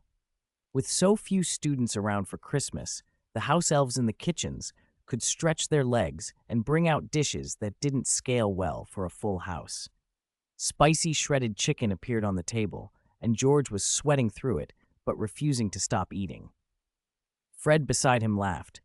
"You're hissing and puffing so much I thought your Parseltongue had flared up." The nearby students chuckled. The twins' lighthearted jokes about Parseltongue and the air had actually been working. After a few days, their classmates had stopped treating Neville like a threat. In the end, humor had done more to calm everyone than fear did. On the dormitory wing, Christmas Eve was quiet. Neville shared the room with just a couple of others, and Dean, the dark-skinned boy who'd stayed at school for family reasons. Dean was jumpy, calling for his mother in secret and only daring to sleep after Neville was already down. Whenever Neville moved or spoke, Dean reacted like a mouse spotting a cat. Ron, who had argued with Dean over Quidditch the year before and patched things up, found himself clashing with him again because of the way Dean treated Neville. "Ron, you don't have to be like this," Neville said. "It's okay." Ron waved him off, angry. "It's not just you. I just can't stand the way he acts, like someone's gonna eat him." That evening, Ron sat at his desk worrying over something, scratching his head after every few lines. Jerry leaned over with a cheerful little tune, "Di-do-do." "It's me." "Ron, you've been so busy. What are you writing? Let me see." Ron clapped a hand over his notebook. "Brother Jerry, no." But Jerry had already read it aloud. "The slug earned 6 galleons and 12 sickles, and selling amulets earned 3 galleons and 13 sickles. George gave me 2 galleons less, saying my contribution was small. I've marked him down. I don't have this brother anymore." "Good heavens, you're making a lot," Jerry said, tempted. "Should I spit out 2 buckets of slugs, too?" Christmas morning dawned bright and clear. As soon as Ted woke up, a task notification popped up. Ding. Task triggered. Shining smile, green. On this joyous day, you should be cheerful. As Professor Lockhart's favorite student, you have an obligation to promote his bright smile. Goal: display your shining smile to everyone 30 times while holding a toothpick. Reward: 250 experience points. Card: Wobbly Tiger, green. A good set of teeth means a good appetite, and eating well makes you strong. Ted sat up, surprised and delighted when he realized the reward card was actually a ghost tiger. He leapt out of bed. Over the holidays, the dorm felt like a single room, just him and Ansu. At the foot of his bed, a pile of presents waited. He washed quickly, suppressed his excitement, and opened them. Hagrid had sent a bundle of unicorn tail hairs. Ted had shown interest in unicorn hair during a recent conversation, and Hagrid, who'd fashioned cushions from unicorn hair before, had gone out into the forbidden forest in the dead of winter to collect the finest tail hair. Aunt Molly had knitted him a scarf embroidered with a T. There was a huge, very sweet raisin cake. Ted thought that after his 7 years at school, he might have assembled a full Aunt Molly set. Ted's Christmas present to Aunt Molly was a Muggle book called 101 Classic Knitting Patterns, just right. Hermione had knitted him a pair of wool gloves. The craftsmanship showed many wrong stitches, and one mitten was clearly larger than the other, but the sentiment was priceless. Harry had given him a copy of Black Alchemy Secrets from the House of Black's collection. More gifts arrived, small tokens, thoughtful and odd in equal measure. At breakfast, Ted waited in the great hall, toothpick between his teeth, scarf snug around his neck. Ansu perched on his shoulder with feathers gleaming. He grinned broadly at every classmate he met, flashing his shining smile like a showman. How many more? I need to finish this before too many people notice. Hermione arrived first. Ted, thanks for the gift. I love it. Merry Christmas, Ansu. Hermione tilted her head. Ted, are you all right? Nothing, Ted stammered, quickly tamping down his grin. Only a few more smiles, he told himself. He could not stop now. The ghost tiger card was too good. Hermione didn't press him and rattled on excitedly about the gifts. The magic comb you gave me is brilliant, she said, shaking her head so her hair bounced. It smooths everything out and saves so much time. Ted had invented a smoothing shampoo and crafted an automatic magic wooden comb for her, carved from ebony with a cartoon beaver and flowers. She pretended, half joking, when I first used it I thought of Snow White. What if a comb tried to knock me out? By then the Gryffindor quartet had gathered. Ted steeled himself, picked up his toothpick, and beamed at the lot of them. Jerry clapped his hands over his eyes. What is that? So dazzling. The others exchanged bewildered looks. Ron muttered, This is bad. Ted's gone full Lockhart. Hermione asked about Ron's earlier complaints. Jerry explained, Ron's old owl can't deliver properly anymore. Its feathers are dropping out. This morning it flew into Ron's bed and nearly died. Hermione flicked her wand. Accio feathers, she said, and swept the mess away. Ted exhaled with relief. He'd finished the task. If he'd smiled any more, he might have been escorted to the infirmary. They exchanged Merry Christmases and thanked one another for gifts. Ted had given Neville a copy of The Alchemist, a Muggle book from 1988 about dreams, destiny, and choices, a fairy tale that read like a motivational manual. On the flyleaf he had written, When you truly desire something, the entire universe conspires to help you achieve it. He'd given Ron an amulet made of rowan, guardian tree wood, with unicorn hair from Hagrid woven in. Rowan protects anyone who touches it from dark creatures. Unicorn hair can dampen dark magic. Ted had enchanted the amulet to calm the mind and ward off nightmares. He'd heard Ron had been having them lately. Harry got a prank toy that popped a boxing glove out when opened. He'd already used it on several people that morning. Jerry received a pair of Muggle Nike sneakers. Luna was given a copy of 1001 Nights. Professor McGonagall received a chibi Quidditch Seeker figurine. Professor McGonagall on a broom chasing a tiny golden snitch. Ted even sent an anonymous bottle of his smoothing shampoo to Snape, hoping the stern potions master might finally pay some attention to personal grooming. For Hagrid, Ted had spent pounds at a Muggle furrier on a massive bearskin coat. Later that morning, in the gamekeeper's hut, Hagrid had opened his present and pulled the oversized bearskin from the box. He beamed. Fang, look, so smooth. This is way better than the moleskin coat I made myself. Seizing a moment when no one was paying attention, Ted glanced at the reward card he'd received for the holiday quest. One look, and he shouted in dismay. I did the task fair and square, and you tricked me. Damn it, give me back my ghost tiger. He had been sure the wobbly tiger would be a summon, or at least a mount. He was wrong. Terribly wrong. Item card use. Places a magical toy wobbly tiger. Duration, 30 minutes. Cooldown, 1 hour. Ted had assumed the picture showed a spectral tiger. Instead, it was a spring-mounted rocking toy. He didn't care. Right there at the front of the Great Hall, he activated the card. A toy tiger appeared, fixed to a base and connected to a large spring. "Ted, what is that?" Hermione asked, curious. "This is a toy I specially made for Christmas. Want to try?" Ted was practically sobbing with laughter, but he tried to sound reassuring. "Come on, I'll help you on. Don't worry, it's perfectly safe." Before she knew what was happening, Ted had hoisted Hermione onto the toy. The moment she settled on its back, the tiger's glassy eyes lit up, and it began to rock and bob as if running, and then, much to everyone's surprise, started singing in a tinny, cheerful voice. "What do you call Daddy's daddy? Daddy's daddy is Grandpa." Hermione froze. People around the hall turned. In seconds, 20, maybe 30 students had clustered around, packed in like sardines, watching as Hermione swayed on the singing wobbly tiger. The toy continued. "What do you call Daddy's mommy? Daddy's mommy is Grandma. What do you call Daddy's big brother? Daddy's big brother is Uncle." Hermione's cheeks flushed bright. "Ted, help me down," she hissed. "This is not a kindergarten ride." She scrambled off and barely had both feet on the ground when Jerry leapt forward. "My turn! My turn!" Ted glanced at Hermione and grinned. "See, lots of people want to try. Line up!" None of the younger students had ever seen anything like it. Their sheltered lives made the wobbly tiger irresistible. They formed a long queue, 1 minute per rider. For half an hour, giggling children took turns, and when the last rider's time expired, the toy gave one last bounce, and the sitter's bottom hit empty air with a thump. Time up. Everyone groaned and begged Ted to make another one.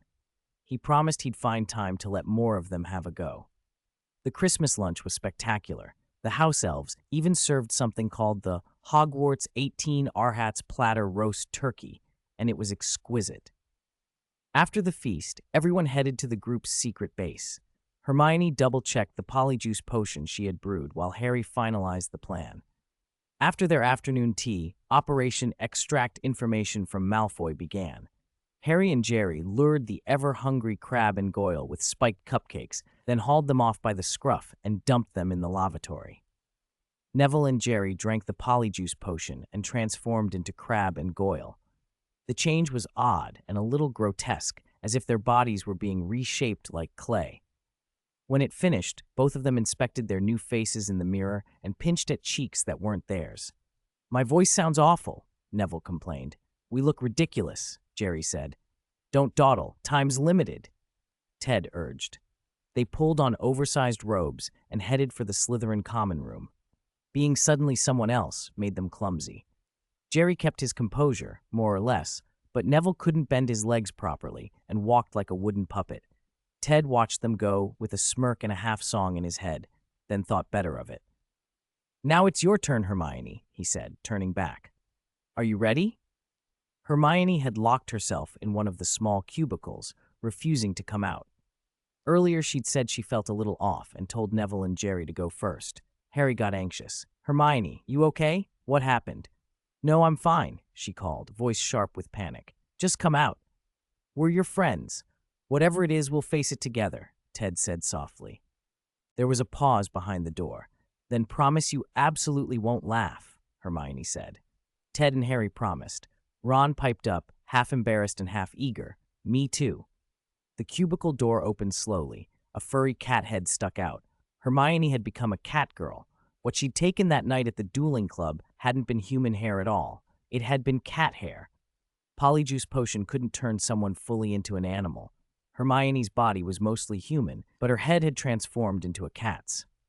Ron was the first to break. He covered his mouth but couldn't stop himself from snorting. His face went red. Harry bit his lip and pinched his thigh so hard that he stopped laughing. Ted, perfectly composed, crossed the room. "Oh, Hermione," he said gently. "Don't be afraid. Madame Pomfrey will fix this. It'll be all right." He reached out and stroked Hermione's furred head. The soft feel under his hand was unexpectedly pleasant. He hugged her quickly and petted her as if making up for lost time. There was no end of petting to be had. While Ted and the others debated how to get Hermione to the hospital without causing a scene, Neville and Jerry were having trouble of their own. It took them over 10 minutes to figure out how to get into the Slytherin common room. They only learned the password by accident from other students. The common room sat deep beneath the castle behind a wall carved with a giant snake. When the password was spoken, the bas-relief slithered outward and formed a doorway. Inside, surrounded by silver and green decor and murals, Neville and Jerry froze. Crabby and Goyle weren't the brightest, and the tableau fit. The two of them just stood there like idiots. Fortune smiled on them. After 2 or 3 minutes, they happened to bump into Malfoy returning from outside. "How many times have I told you? Don't stand around like idiots," Malfoy sniffed, puffing himself up like a nobleman. Neville and Jerry exchanged looks and trailed after him. Malfoy chatted the whole way about what people had given him for Christmas, which made Jerry want to kick him. When Malfoy flopped onto a sofa and idly flipped through a book, Jerry gave Neville a nudge. "Oh, Malfoy," Neville began. Then Jerry stepped on his foot and took over. "Draco, we're still worried. Do you know anything about the Chamber of Secrets?" Malfoy wasn't bothered by Neville's misstep. He leaned back, annoyed. "How many times do I have to tell you? I'm not the heir. Stop saying stupid things. Who knows who the heir is? If the chamber opens and people die like it did 50 years ago, who can say it won't be us next?" For a moment, Malfoy looked seriously worried. He'd heard the old stories from his father. "But we're pure bloods," Neville blurted. "Pure blood?" Malfoy sneered. "Do you think that matters to whatever's in the chamber? If something's going to kill someone, it probably won't check their family tree first." The two were disappointed. If Malfoy didn't know who the heir was, neither did they. Jerry made the most of what he could, trying to learn if Malfoy had any recent plans against them, his opinions of their group, anything useful. Then Neville noticed something odd. Jerry's ears were starting to look wrong. He froze. The polyjuice was wearing off. "It just occurred to me I left something." Neville lied, yanking Jerry up. Jerry, still talking a split second behind, realized and bolted. They didn't stop to explain. If they'd reverted inside the Slytherin common room, the consequences would have been disastrous. Outside, running down the basement corridor, their shoes no longer fit, and their robes flapped as they shifted back into themselves. Fortunate to be alone, they made it to the abandoned classroom where Ansu was waiting. Hermione, meanwhile, was already in the hospital wing. They changed hurriedly and went to see her. Being in hospital on Christmas was miserable. Hermione's bed was curtained off. She didn't want to be seen like this. Ted kept petting her in private, which she tolerated and secretly enjoyed, but she couldn't accept looking like a cat. Neville and Jerry recounted what they'd learned from Malfoy, only that the chamber had been opened 50 years ago and that people had died. That's all they had. Harry's clever plan to trick Malfoy had yielded little and had cost them their best ally for the evening. That night, Ted and the others skipped the Christmas feast. They brought a mound of food to the hospital wing and spent Christmas with Hermione, keeping her company while she waited for Madame Pomfrey to work her magic. Hermione's unpresentable condition put a stop to group activities for the next few days. Ted spent most of his time in the hospital wing, talking with Hermione and using the quiet hours to tinker with spells. Her situation gave him a sudden idea, a transfiguration spell focused on appearance rather than fundamental form. 3 days and a lot of frantic note-taking later, he had a crude, shallow charm he pompously called the Beauty Transfiguration spell. It was deliberately limited. It couldn't turn people into animals or objects or perform dramatic changes of species. It only made temporary surface-level adjustments, cosmetic alterations that faded with time. In short, it was makeup as magic. It could brighten skin, slim a face, enlarge eyes, create double eyelids, blur freckles, and smooth under-eye bags. A mediocre face, Ted liked the crude numerical rating, could look markedly better with careful application. He practiced obsessively. Dozens of trials on the white mouse Ansu kept as a snack, a few casts on the hairless long-tailed thief monkey, and a couple on himself helped him polish the incantation. Then he used it on Hermione. The stray cat fur that had been plastered to her cheeks melted away in a shimmer. She stared into the mirror and ran her fingers over her clean, pale skin. "Wait," she said, touching the top of her head. The fur was gone, but the cat ears were still there. Ted blinked and explained, as gently as he could, The charm affected surface traits. It couldn't change core, identity-tied features. Magic reflected the self, he said, something about inner essence, and the ears had stayed. It's okay, he added briskly, producing a white, wide-brimmed lady's hat from a pocket. You can just wear a hat. Hermione laughed despite herself. You're very well prepared, she said. My cat-stroking technique is specialized, Ted replied with a grin. Professor McGonagall tried it once and said it was effective. He rambled on about the strange, ancient human fondness for furry things, Journey to the West as a parade of furries, and other absurdities. Even Madame Pomfrey, who hadn't been easy to impress, loved the spell. After she tried it, the fine lines at the corners of her eyes softened so dramatically, she joked she felt 20 years younger. With her face presentable and her spirits noticeably higher, Hermione was finally allowed to leave the hospital wing. Back in the Gryffindor dormitory, Jerry looked at Ron, just returned from outside, with incredulity. You actually went to the library during the holiday, he said. You're not right. Ron flipped him off casually. Can't a bloke have a little ambition? Jerry was suddenly sincere. Sorry, mate, I didn't mean it. Your grades have gone up lately. You should be proud. Your hard work shows. I should learn from you. Ron rolled his eyes. Learn from me how to break your wand, you mean? Christmas faded into January. One morning, Ted's vision narrowed and a chime sounded in his head. Ding. Talent, otherworld knowledge, triggered, discovered, Zen garden plant cultivation techniques, green. He read the file, grinning at the absurdity. Crazy Dave's methods for nurturing strange plants, mutations, selection, cultivation, and combinations that turn vegetation into weapons. Plants versus zombies, in other words. He bought the knowledge immediately. The new material bumped his herbology up to level 2, mostly because he hadn't bothered investing in the subject before, and the boost was overdue.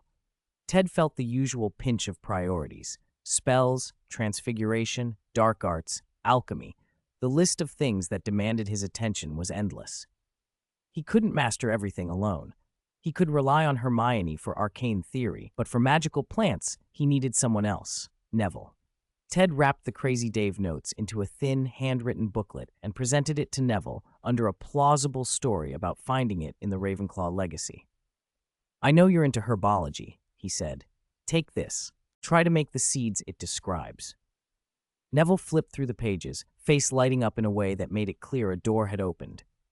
You can induce mutations in magical plant seeds? He asked, astonished. The experiment became an obsession. Neville spent every spare hour in the greenhouses, sowing and re-sowing, watching for the faintest signs that the booklet's methods worked. Results came, slowly and modestly, enough to prove the booklet wasn't nonsense, but nowhere near the polished outcomes described. Neville's work attracted Gufu Oasis, one of the horned youth reputedly gifted with earth talent and herb lore. The two became close partners. Neville brought courage and curiosity. Gufu brought technique, seeds, and a different instinct for the soil. Professor Sprout valued Gufu for good reason. The horned folk made their living from plantcraft. Ted was pleased and sanguine. Some otherworld knowledge he would hoard, some he would seed outward. Making friends and collaborators was part of the long game, but Ted couldn't slow down his own projects. Months earlier, during the summer, he'd acquired Pokemon Cultivation Manual, Green, a dense compendium that intersected oddly with Quirrell's bloodline research. He'd put it aside because magic was his priority. Then an event changed his plans. The quest reward from the restricted section heist, a red quality item, had been waiting in his inventory. The dark stone red. It was a small, black crystalline polyhedron the size of a walnut, humming with a terrible, compact darkness. It was described as a gem that could force evolution in magical creatures, dark-type Pokemon in particular. The first time it manifested, he had instinctively brought it into the Ravenclaw Common Room's Chamber of Secrets for safety. The stone's aura might have alarmed Dumbledore otherwise, and he didn't relish the conversation that would follow. The stone mattered because the Pokemon manual detailed Darkray's cultivation. With the manual and the Darkstone, an experiment that had seemed fanciful became plausible. Ted found himself looking at Ansu with a new intensity. Ansu, during this period, had been less than comfortable, denied his favorite rat strips, fed strange magical supplements, and used as a test subject in several of Ted's plans. Ted had sketched out 4 possible protocols, tried them out on the white mouse and the long-tailed monkey, and narrowed the work down to 2 reliably promising approaches. These next steps couldn't be carried out inside the castle. Ted needed space, secrecy, and a creature-friendly environment, so he decided to use the Forbidden Forest. On Friday afternoon, he went to find Hagrid. Above them, Ansu soared free in the sky. Chapter 55, It's up to you, Ansu. Hagrid opened the door to find Ted standing on the doorstep. Oh, Ted, hello. Are you alone? Yes, I've got something I need to do in the Forbidden Forest. Hagrid's face crumpled. As gamekeeper, he really shouldn't let anyone wander into the forest, but as a friend, he couldn't refuse. And most importantly, Ted could take care of himself out there. Hagrid sighed. All right, I figured. What is it this time? Ted had been working in the Forbidden Forest a lot during the last year and had picked up a great deal of experience. That helped Hagrid more than he admitted. These past 2 years had worn him out. 10 or 15 years ago, the job had been easy. He could loaf about, go hunting when he fancied, and still collect his pay. Lately, though, the forest had grown crowded with magic. Otherworld creatures kept drifting in, drawn to the dense, strange magic that sweeps through the woods. That influx upset the old ecosystem and blurred territorial lines, and creatures that never used to be seen near Hogwarts were turning up on a regular basis. Hagrid had to chase them off so students wouldn't be disturbed. The Otherworld arrivals were the worst, frightened, aggressive creatures that often had to be dealt with forcefully. On top of that, dark wizards and black market hunters had started to see the forest as a profitable hunting ground. In the past 2 years, Hagrid had caught more than a dozen poachers and run-ins with as many as 20 gangs. Some hunters had been unlucky or unskilled enough to be left behind forever. Dumbledore had reinforced wards and alarms, but they didn't stop everything. Hagrid still found signs of poachers almost every month, sometimes leading to scuffles that took weeks to sort out. He was exhausted. Last year, Ted had handled many of the border problems, dealing with creatures that slipped in at the forest's edges and saving Hagrid a lot of trouble. Hagrid poured Ted a cup of tea, grateful. That ice shield badge you gave me? Saved my neck the other day. Poachers were sniffing around, and I wasn't ambushed because of it. Oh, right. Ted got up and grabbed the bearskin coat hanging by the door. This coat's brilliant. It's gorgeous. I love it. Hagrid, wrapped in the bearskin, rumbled with pride. He looked like a giant black bear. Ted scratched Fang's head, said his goodbyes, and set off into the Forbidden Forest with Ansu at his shoulder. Ted needed a spot with strong ambient magic for the ritual circle, but it also had to be quiet. No curious magical animals, no wandering boggarts. After more than an hour, he found a good place. A cave on a small hill where the magic was unusually dense and the forest sounds were muted. Of course, a good spot was already occupied by a red cap. Its hat was stained a dark crimson from blood and age. It had been around long enough to have killed a lot of prey. It didn't put up much of a fight against Ted. With Parker's enhancement, Ted drove a spirit spike right through its skull. The red cap screamed and blacked out. Ted finished it off with an ice arrow and pocketed the loot. A card dropped, Fairy Spirituality, white. Ted grinned. He'd seen that card twice before. When he picked it up, 3 spectral copies of the white-bordered card materialized in his hand. Consume 100 experience to merge cards, the prompt read. He watched the 3 white cards fade and resolve into a single green-bordered card, Fairy Spirituality, green. He'd never tried card merging before. He didn't have many cards, and it cost experience points, but now he needed the upgrade. 2 whites would have sufficed, but a higher-grade card was better. Ted unpacked an armful of materials, silver powder, a few potions and herbs, special inks, bits of dark creature tissue, a chunk of obsidian, and in 10 minutes he'd drawn a ritual circle 2 meters across. Ready? He asked. Ansu landed gently in the center. Come on, quack, quack, she chirped. Ted took his wand. Magic, evocation. His magic surged, sent along the circuitry of silver and reagents he'd laid down. The cave filled with a bright blue glow as the circle drew power from the surrounding forest. The environmental magic, ambient ley lines, and loose mana began to converge on the array, pulled by the vortex he'd created. Ted's own magic level, buffed by his various enhancements, had reached level 8, comparable to a Dean-level power, but the ritual still relied on raw environmental magic. He felt a little hollow inside, as if he were an adapter rather than the source. This was why the Forbidden Forest was ideal. It provided the quantity of free magic required to fuel the rite. He monitored the material's tolerance and let the energy build. 3 spectral cards appeared in his hand. Fairy Spirituality, green, the one he wanted. Magic Vision, Nictitating Membrane, blue, a card he'd picked up fighting a troll that granted color vision for magic. And Stone of Darkness, red, a gem card representing vast dark power. He also had a material card, Holiness, blue, but figured it wouldn't fit this upgrade and left it aside.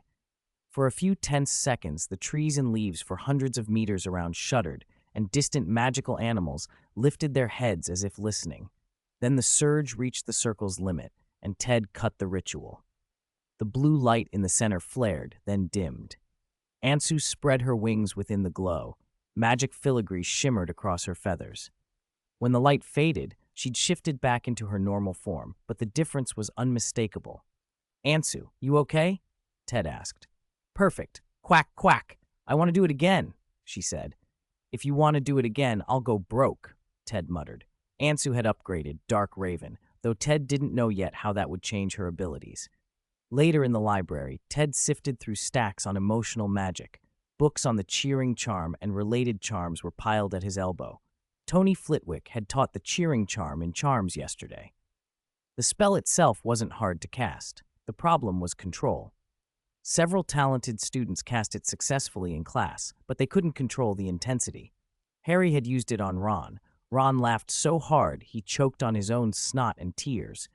Neville had his jaw dislocated when Jerry had misjudged the charm's force. By the end of the class, everyone, except Ted, had a strange grin stuck on their faces. Students coming in for the next lesson were bewildered. Ted saw huge research value in the cheering charm because it targeted emotions, the territory of mind power. Using his knowledge of brain science and Muggle psychology, Ted analyzed the charm to develop psionic techniques.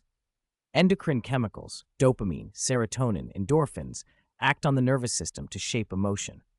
Brain science splits the brain into 3 roughly overlapping layers: the reptilian base for instinct, the mammalian limbic system for emotion, and the neocortex for logic. Psychology calls these unconscious, subconscious, and conscious. Excessive emotionality could be a middle brain that overwhelms the outer layer or too much subconscious interference. As he worked, Ted's psionic energy thrummed. A new ability began to form: emotional provocation. It used psionic energy to nudge the target's limbic system and subconscious, inducing or dampening specific emotions.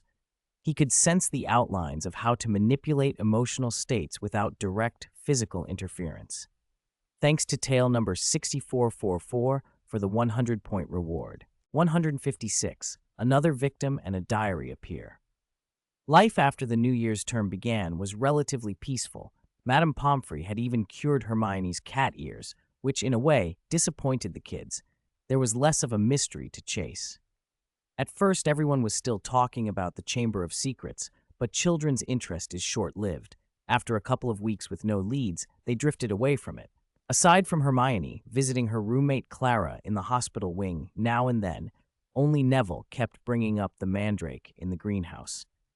This semester, Ted and the others had already repotted the mandrakes 3 times, each session as chaotic as the last. With help from Gufu, the horned boy, Neville had managed to cultivate the first batch of magical seeds, but they had just been planted, and no one yet knew whether the plants would live up to the manual's promises. Breeding new magical flora takes generations and years, and Ted had never had the patience for it. He preferred researching ways to strengthen magical creatures. That produced results quickly. Ansu's evolution had been a big success. On January 22nd, as students were returning to their dorms after dinner, shocking news spread through the castle. Someone else had been attacked. In fact, 2 people. The Hufflepuff house ghost, the Fat Friar, and a Hufflepuff student, Justin Finch Fletchley, had been found petrified in the basement near the kitchens. Justin was in the same year as Ted and the others. He wasn't remarkable, but he was sincere. Ted remembered dueling him in the dueling club. Justin had been cheerful even in defeat. Now he lay frozen as a statue in the corridor, and the fat friar lay beside him. Logically, a ghost couldn't be killed a second time, but whatever had happened to the friar left him motionless, still insubstantial but rigid, emitting a faint, ominous, dark arts aura. If Clara's earlier attack had frightened the students, this one filled them with real terror.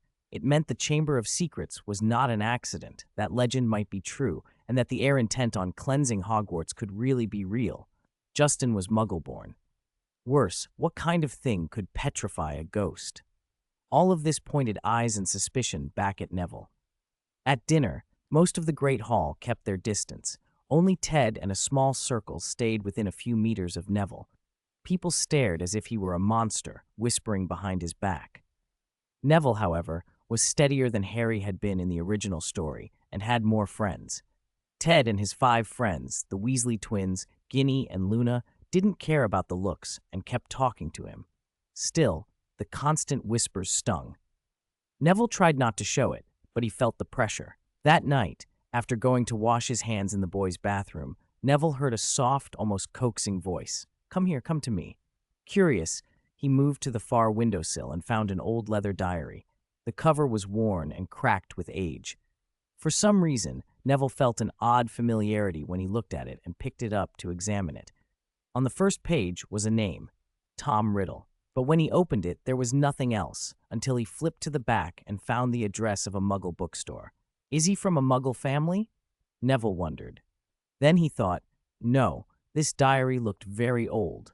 The person who owned it might be an old man by now. How did it get here? Who left it? Trusting his instinctive sympathy for kids from Muggle families, Neville took the diary back to the Gryffindor dorm.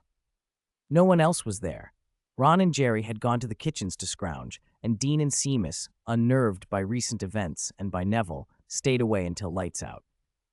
Neville sighed and sat down to do his homework. He opened the diary, put down his quill, and began to write. Less than a page in, the ink on his homework seemed to seep into the paper and vanish. Neville yelped. New handwriting flowed across the diary's page. This essay has only just begun, and it's already full of holes. The diary then pointed out the mistakes in Neville's few hundred words. Startled, Neville wrote with the quill, "Who are you?" The diary answered, "I am a memory of Tom Riddle." Tom Riddle. Neville's mind raced. If the diary really contained Tom Riddle's memory, it was from almost 50 years ago. He felt stunned, but oddly not afraid.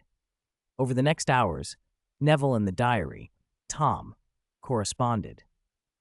Tom wrote with the dry, polished manner of someone older and persuasive. He advised Neville not to be burdened by the false reputation that hung over the boy who lived, and said people are always quick to misunderstand one another. Don't let it matter too much. He even helped Neville with his potions homework. When Neville mentioned their defense against the dark arts assignment, Tom snorted on the page. What kind of rubbish is your current professor assigning? Slowly, Neville, naive about intrigue and eager for someone to understand him, began to confide. He told Tom about being blamed, about being avoided, about the Mandrake Project, about the recent petrifications. Tom listened and guided him, asking questions that made him think, prodding him to tell everything. Then Neville asked the question that had been eating at him. "Senior, do you know about Slytherin's Chamber of Secrets?" After a few seconds, the diary replied, "The Chamber of Secrets? Why do you ask? You know of it?" "Oh, yes, a very bad memory. People even lost their lives because of it. Are you sure no one has opened Slytherin's Chamber of Secrets again?" Neville, heart pounding, pressed on. "Senior Tom, do you know who Slytherin's heir is?" The handwriting answered slowly, "I do know. Tell me. We must stop him." "All right, if you insist. Don't resist. I'll show you my memories from back then." Before Neville could protest, the room swam. He felt pulled into the diary, into a state like a ghost, insubstantial, unseen, unheard, following a young, pale, handsome Tom Riddle through someone else's memory. He watched events unfold, the investigation of the illegal creature breeding at Hogwarts, the discovery of who had died 50 years ago, Myrtle, and Tom's accusations. The image that slammed into Neville's gut was impossible. Hagrid, blamed as Slytherin's heir, raising a monster that killed students and being expelled for it. When the vision ended, Neville found himself back at his desk, breathing hard and dazed. Part of him wanted to shout the truth to everyone, but another part was terrified. Hagrid, innocent, kind Hagrid, was the one Tom had shown him as the heir. How could it be? His head swirled with contradiction. If Hagrid really was the heir, should he report him? If he told Ted, what would Ted do? Would Ted report Hagrid? The thought of losing Hagrid and of the consequences made Neville's skin crawl. His hands shook as he reached for the diary to hide it.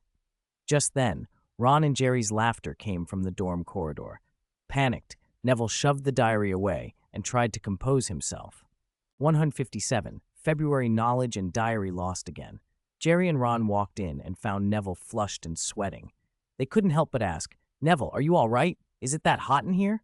Neville wiped his forehead and realized he was drenched. I was just exercising. It's fine, really." He stammered out a lie. Neville worked out often, morning exercises with Ted, plus push-ups, sit-ups, and nights practicing with a wooden sword, so Jerry and Ron didn't suspect anything.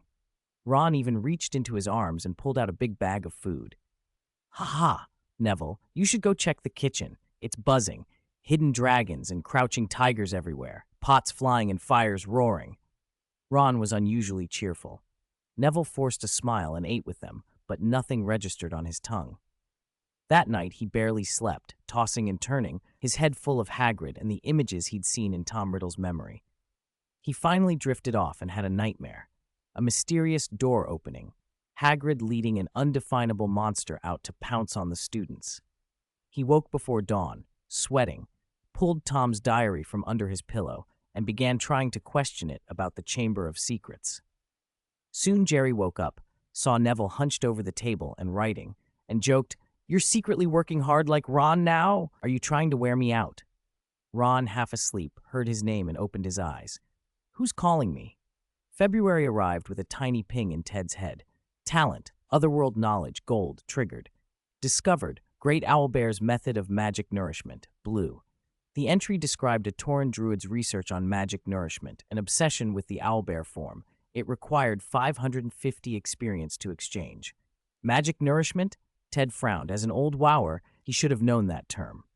The Great Owlbear probably referred to an owlbear-styled druid specialization, an offshoot of Balance Druid, focused on certain nature magics. He spent the experience and let the information flow in. It took about 10 seconds. The files weren't enormous. This was an in-depth study of a specific technique within a specialization, not as comprehensive as the general shape-shifting texts. But what he read was promising. This method of magic nourishment explained how the druid temporarily increased his magical power in battle, raising his magic level by 1 or 2 ranks for a time. Leveling up during a fight, that was practically hero treatment. It was temporary, but extremely useful. Ted grinned. Research. He would study it. Neville's resilience carried him for a few more days, but he couldn't shake the memory. Eventually, he found Ted. "Ted, I have to tell you something," he said, voice trembling. They slipped to a quiet corner. Neville explained how he'd found the diary, how he'd seen Tom Riddle's memories, and how those memories convinced him Hagrid was the heir of Slytherin. His face was pained, eyes red, tears welling that he fought to keep in. "I'm sorry I didn't tell you sooner," he said. "I didn't know what to do." Ted listened, then patted Neville's shoulder. "Don't be so quick to despair. I have to tell you, Hagrid is unlikely to be the heir of Slytherin." Neville stared. "What? What did you say?" Ted sat on a nearby stone bench, plucked a mint leaf from the planter, and chewed it slowly. "Think about it. 50 years ago, Dumbledore was already teaching here, long before he was headmaster. If Hagrid had really been the heir, if he opened the chamber and someone died because of it, do you think he'd still be left alone here? Dumbledore made him gamekeeper. That shows Dumbledore doesn't believe Hagrid was guilty." Neville's breathing quickened. "That's right. Dumbledore wouldn't think Hagrid was the murderer." Ted's expression grew serious. "And there's something else. Hagrid's physique is different from ordinary people." Neville blinked. "What do you mean?" Ted sighed. "Hermione suspected it long ago. Hagrid is half giant." "Half giant?" Neville exclaimed. "Shh!" Ted hushed him, lowering his voice. "Do you want the whole school to hear? Hagrid being half giant makes it impossible for him to be the heir of Slytherin. If the heir were truly of Slytherin's blood and intent, they'd never spare a half giant in a purge. They'd have targeted Hagrid directly. The more likely explanation is Hagrid was framed, caught with something suspicious and forced to take the blame for a student's death. Neville let out a shaky laugh. Haha, that's a relief, Ted. Thank you. Ted's face didn't brighten. Don't celebrate yet. Where's that diary now? In the dormitory. Take me there. What? Why? Neville, you need to be careful with magical objects that seem to think for themselves. They're often high level and sometimes dark and dangerous. Jerry and I found a few deadly items over the summer. He looked at Neville. And I've never heard of anything that can leave part of a person's memory behind and let someone view it like a pensieve. That's odd. First thing is to see that diary. On the walk back, Ted's mind ran through preparations. Could his precautions contain the first Horcrux made by Lord Voldemort? He'd spent over a year thinking about how to deal with Horcruxes. He couldn't touch Ravenclaw's diadem, too risky, and the diary couldn't be ignored. Should he hand it straight to Dumbledore to destroy, or keep it hidden and study it? This was Voldemort as a student, already dabbling in forbidden arts. Horcruxes were top-tier dark magic. Ted had read about them in Secrets of the Darkest Arts in the restricted section, and still couldn't grasp how Voldemort had managed one so early. Did he cheat? They arrived at the portrait of the fat lady before they even whispered the password, a roar of voices spilling from inside. They rushed through the portrait and found the dormitory corridor in chaos. Students clustered in knots and Neville's room overturned. Neville pushed through and yanked open his drawer. The diary was gone. Chapter 158. We have a traitor among us. It's gone. The diary was stolen. Ted wanted to check the scene for traces, but the room had been completely trashed. Dean and Seamus, a pair of good friends, were the first to discover the ransacked dormitory. They had gone back to the boys' dorm to fetch something and were worried about running into Neville, but when they opened the door, they found pillows, bedding, books, and all manner of belongings scattered across the floor. The two shouted and then began checking what was missing. Soon other Gryffindor boys crowded in to see, but after checking everything, they found that nothing was missing, except Neville's diary, which he had picked up a few days earlier. Ted left with a pale, grim-faced Neville, while other students began to whisper, quietly suspecting Neville himself. At this age, independent thinking is rare. Accusations spread fast. The two stopped in a corridor, and Neville asked, eyes dark with worry, Ted, who do you think it could be? Ted forced a smile. Who else? A Gryffindor. A Gryffindor. Neville sounded surprised. Yes, after all, no one else knows your password. Nobody outside our house could get into the common room. That, Neville hesitated. Even if it was a Gryffindor, there were more than 60 students across 6 years. Girls could come into the boys' dorm. Who could it possibly be? Ted's mind flicked to Ginny. She'd acted strangely at the beginning of the year and had been sick for a long time, but in the last 2 months, she'd seemed healthy and lively. Ted had probed Luna subtly and learned Ginny's situation didn't match the earlier story. Something had changed. Where did the change happen? And who had the diary now? It was infuriating. Ted told Neville to keep quiet about the diary and Hagrid for the time being. They would wait and see if they could find the diary. 10 days passed with no clues. Ted began to watch certain Gryffindors, especially Ginny, but there were no visible signs of anything wrong. He couldn't start probing minds without evidence. That would be crossing a line, and he'd be in trouble. Besides, he had no real suspect. February 14th arrived. Early that morning, the whole castle was buzzing. Older students seemed injected with extra energy and bright eyes. When asked why, they shrugged. It's Valentine's Day. Professor Lockhart, who had been at the school for half a year and had little positive to show for it, decided this was the perfect moment to shine. His dueling club fiasco had left the school unimpressed, and Lockhart had been scheming for a chance to regain fame. Valentine's Day, he decided, was his stage. Who understood romance better than the handsome, charming Lockhart? So while everyone was still eating breakfast in the Great Hall, a pair of ugly little winged dwarfs arrived, small, graceless creatures clutching tiny harps and wearing gloomy expressions. They were so grotesque they made a bad first impression. Lockhart beamed and announced his plan with theatrical flair. Students, to celebrate Valentine's Day, I have invited these little cupids to deliver your messages of affection. Don't be shy. Love should be declared aloud. I hope you enjoy them. The Cupids were not what anyone expected. They scurried through corridors, classrooms, and common rooms, barging into whatever they found. Someone would write a note to a crush, and these little creatures would pluck at their mournful harps and sing the message out loud, often horribly. Ted and his friends were in transfiguration when one of the ugly little things burst through the door. "Which one is Ted?" it cried. "Ted Epiphany? Not here?" the imp called, scanning the room until it found him. It jumped to Ted's table and began a raucous off-key song. "Oh, my beloved youth, youth, youth, I like your dashing appearance, appearance, appearance." Ted's hair stood up. It sounded like a chainsaw. Ron's face was twitching. He trembled all over. Harry laughed so hard he rolled under the table, clutching his stomach. Neville stared blankly. He couldn't think. Jerry's mouse ears flattened back against his head in embarrassment. Hermione's face was a picture of fury. Ted felt his scalp prickle. He was about to unleash a wandless ice ray, modified ice finger, when Professor McGonagall, who was teaching at the time, finally lost her patience. Although the interruption was irritating, she couldn't help but be a little curious about who had written a love note to Ted, until she heard the singing. "Out!" the lioness roared, "Sure!" And with a flick of her wand, a chair transformed into a hound that lunged at the little dwarf. The creature squealed, dropped its harp and wings, and fled as the hound chased it out the door. That was relatively polite. In another class, a dwarf burst into the potions classroom.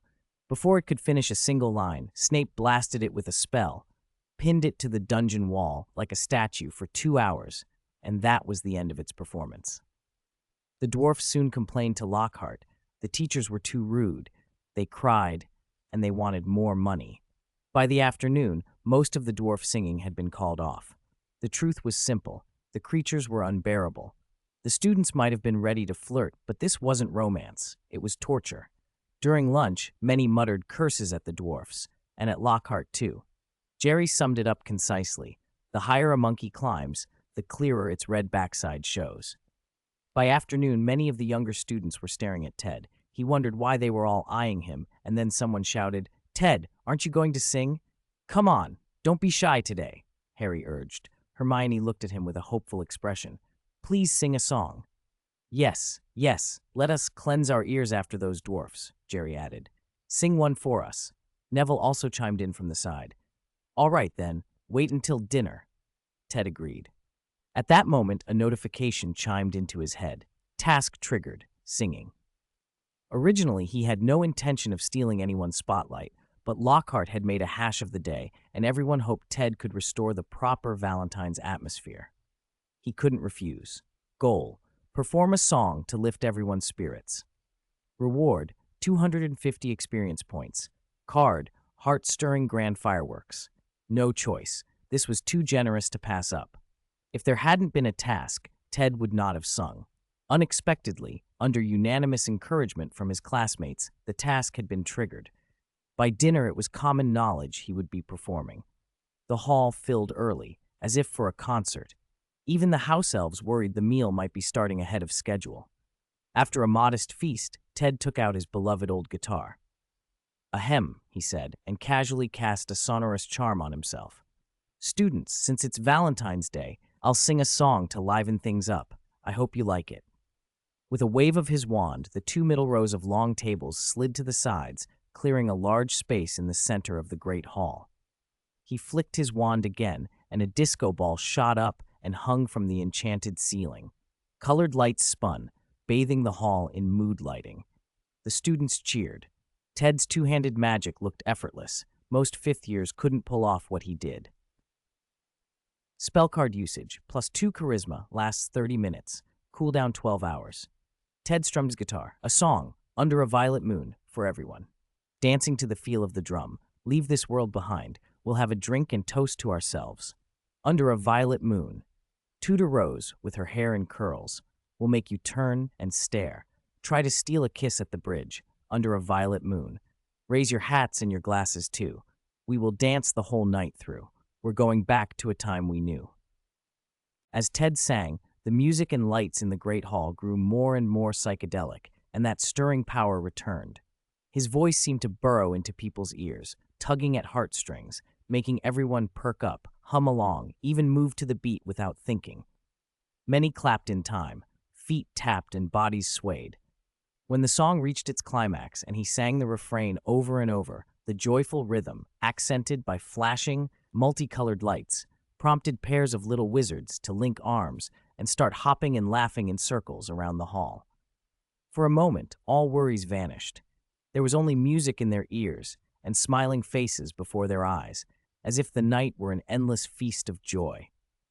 Ted produced the transformation candies, green, he'd earned from a previous holiday quest, and his classmates scrambled for them. There were only 10 candies, but 10 oddly transformed students at the ball made the whole scene even more surreal. Pirates, bird people, bunny-eared girls, skeletons, all dancing hand in hand. Ted set off a dragon firework, green, to loop round the ceiling and spit green flames. Everyone gasped. He also released a wobbly tiger, green. Lots of little wizards climbed on and refused to get off, lining up to sit and sway to the music. Laughter and song braided together, making that early spring Valentine's Day one the students would smile about for years to come, an evening where memory and fantasy blurred under a dreamlike violet light. Item card.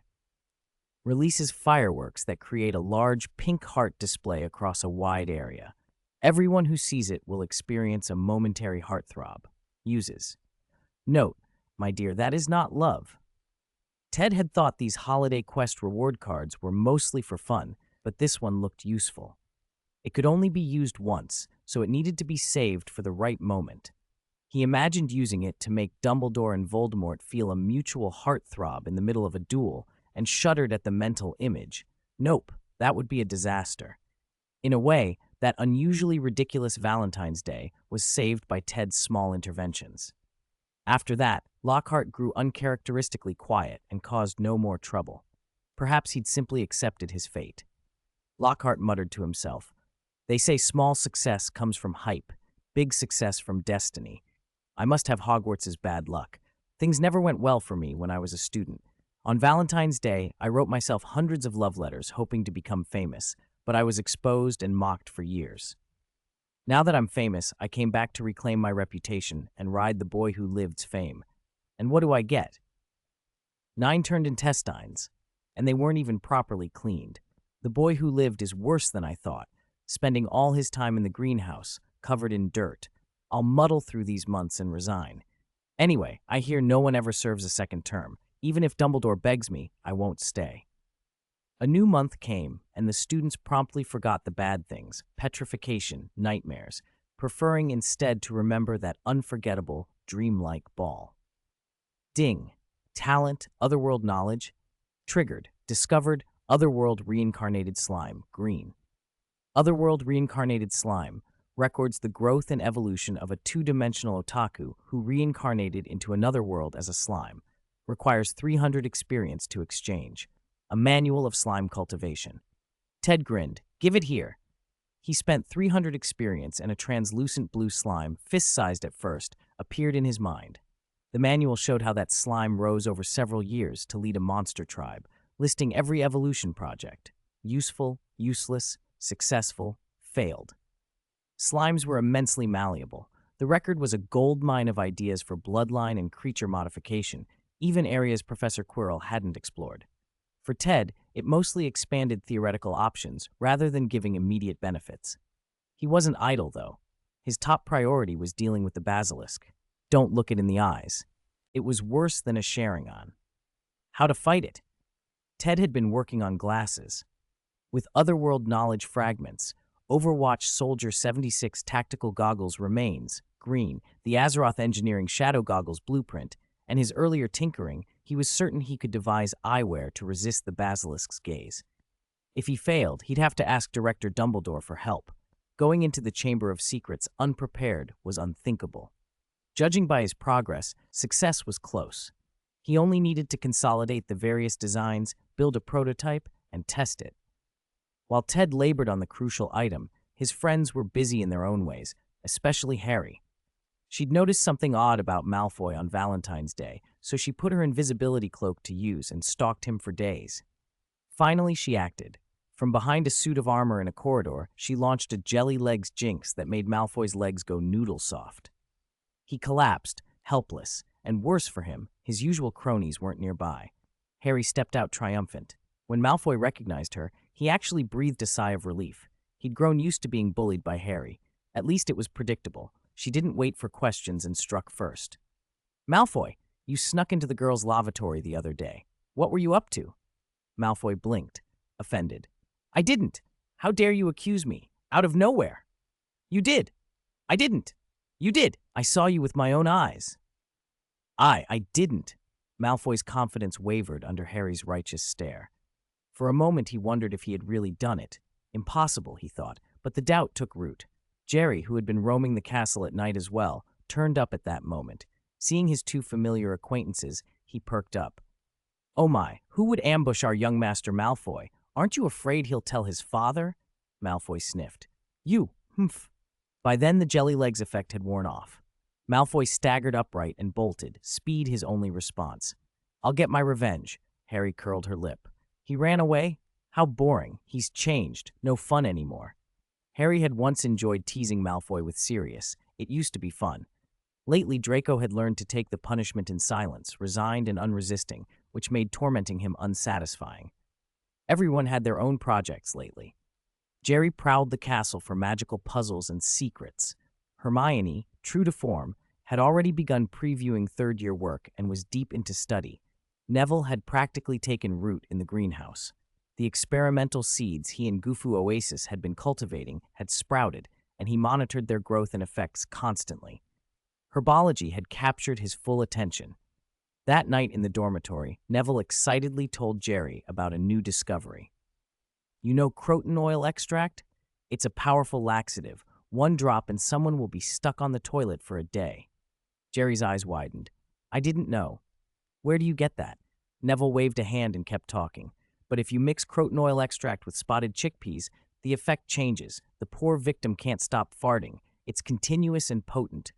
Jerry positively glowed. "Perfect, I need that. Give me some for Lockhart." Nearby, Ron slumped in a chair, looking pale and tired with dark circles under his eyes. He hadn't been sleeping well. Jerry poked him. "Ron, are you eating enough? I've got cheese. Want some?" Ron gave a weary smile. "I'm under a lot of stress lately. It's been tough." Thanks to Lone Soul 1994 for 100 points of reward. A pair of Toad-Eye spectacles lay on the table.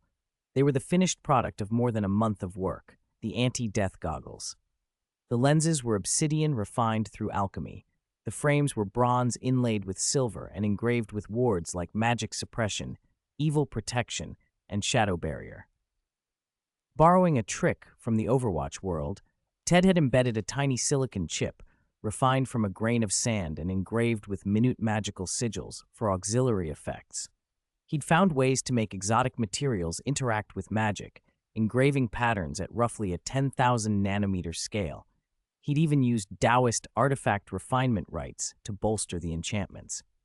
Ted had pulled out all the stops. He'd tested them briefly, and the goggles produced every effect he'd hoped for. The question was whether they could block a basilisk's gaze. Without real combat trials, he couldn't trust them. This was a life-or-death measure, after all. Still, they should definitely prevent death. He'd looked over Clara's damaged magical spectacles. If those had kept her from being killed, if they only petrified her, then his goggles ought to be even more reliable. Whether they would stop petrification, though, remained uncertain. April arrived with a ping. Ding. Talent. Otherworld knowledge triggered. Discovered. Spirit Horse Whistle Green. Spirit Horse Whistle Green records the Witcher method for summoning a mount that appears at the sound of a whistle, regardless of environment. Requires 340 experience to exchange. A Witcher's mount? Ted thought of Roach and smirked. He exchanged the knowledge and discovered it was a spell, a summoning ritual that granted every Witcher a lifelong companion the first time they summoned.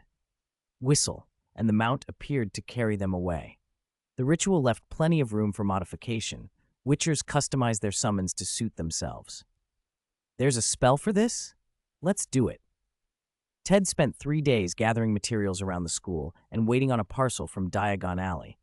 With a small bag, Ansu, and Parker, he headed back to the cave in the Forbidden Forest, the same place where Ansu had evolved last time. He redrew the magic circle in the cave.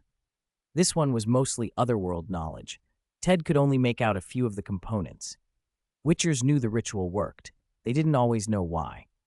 He read through the offerings aloud as he set them on the circle.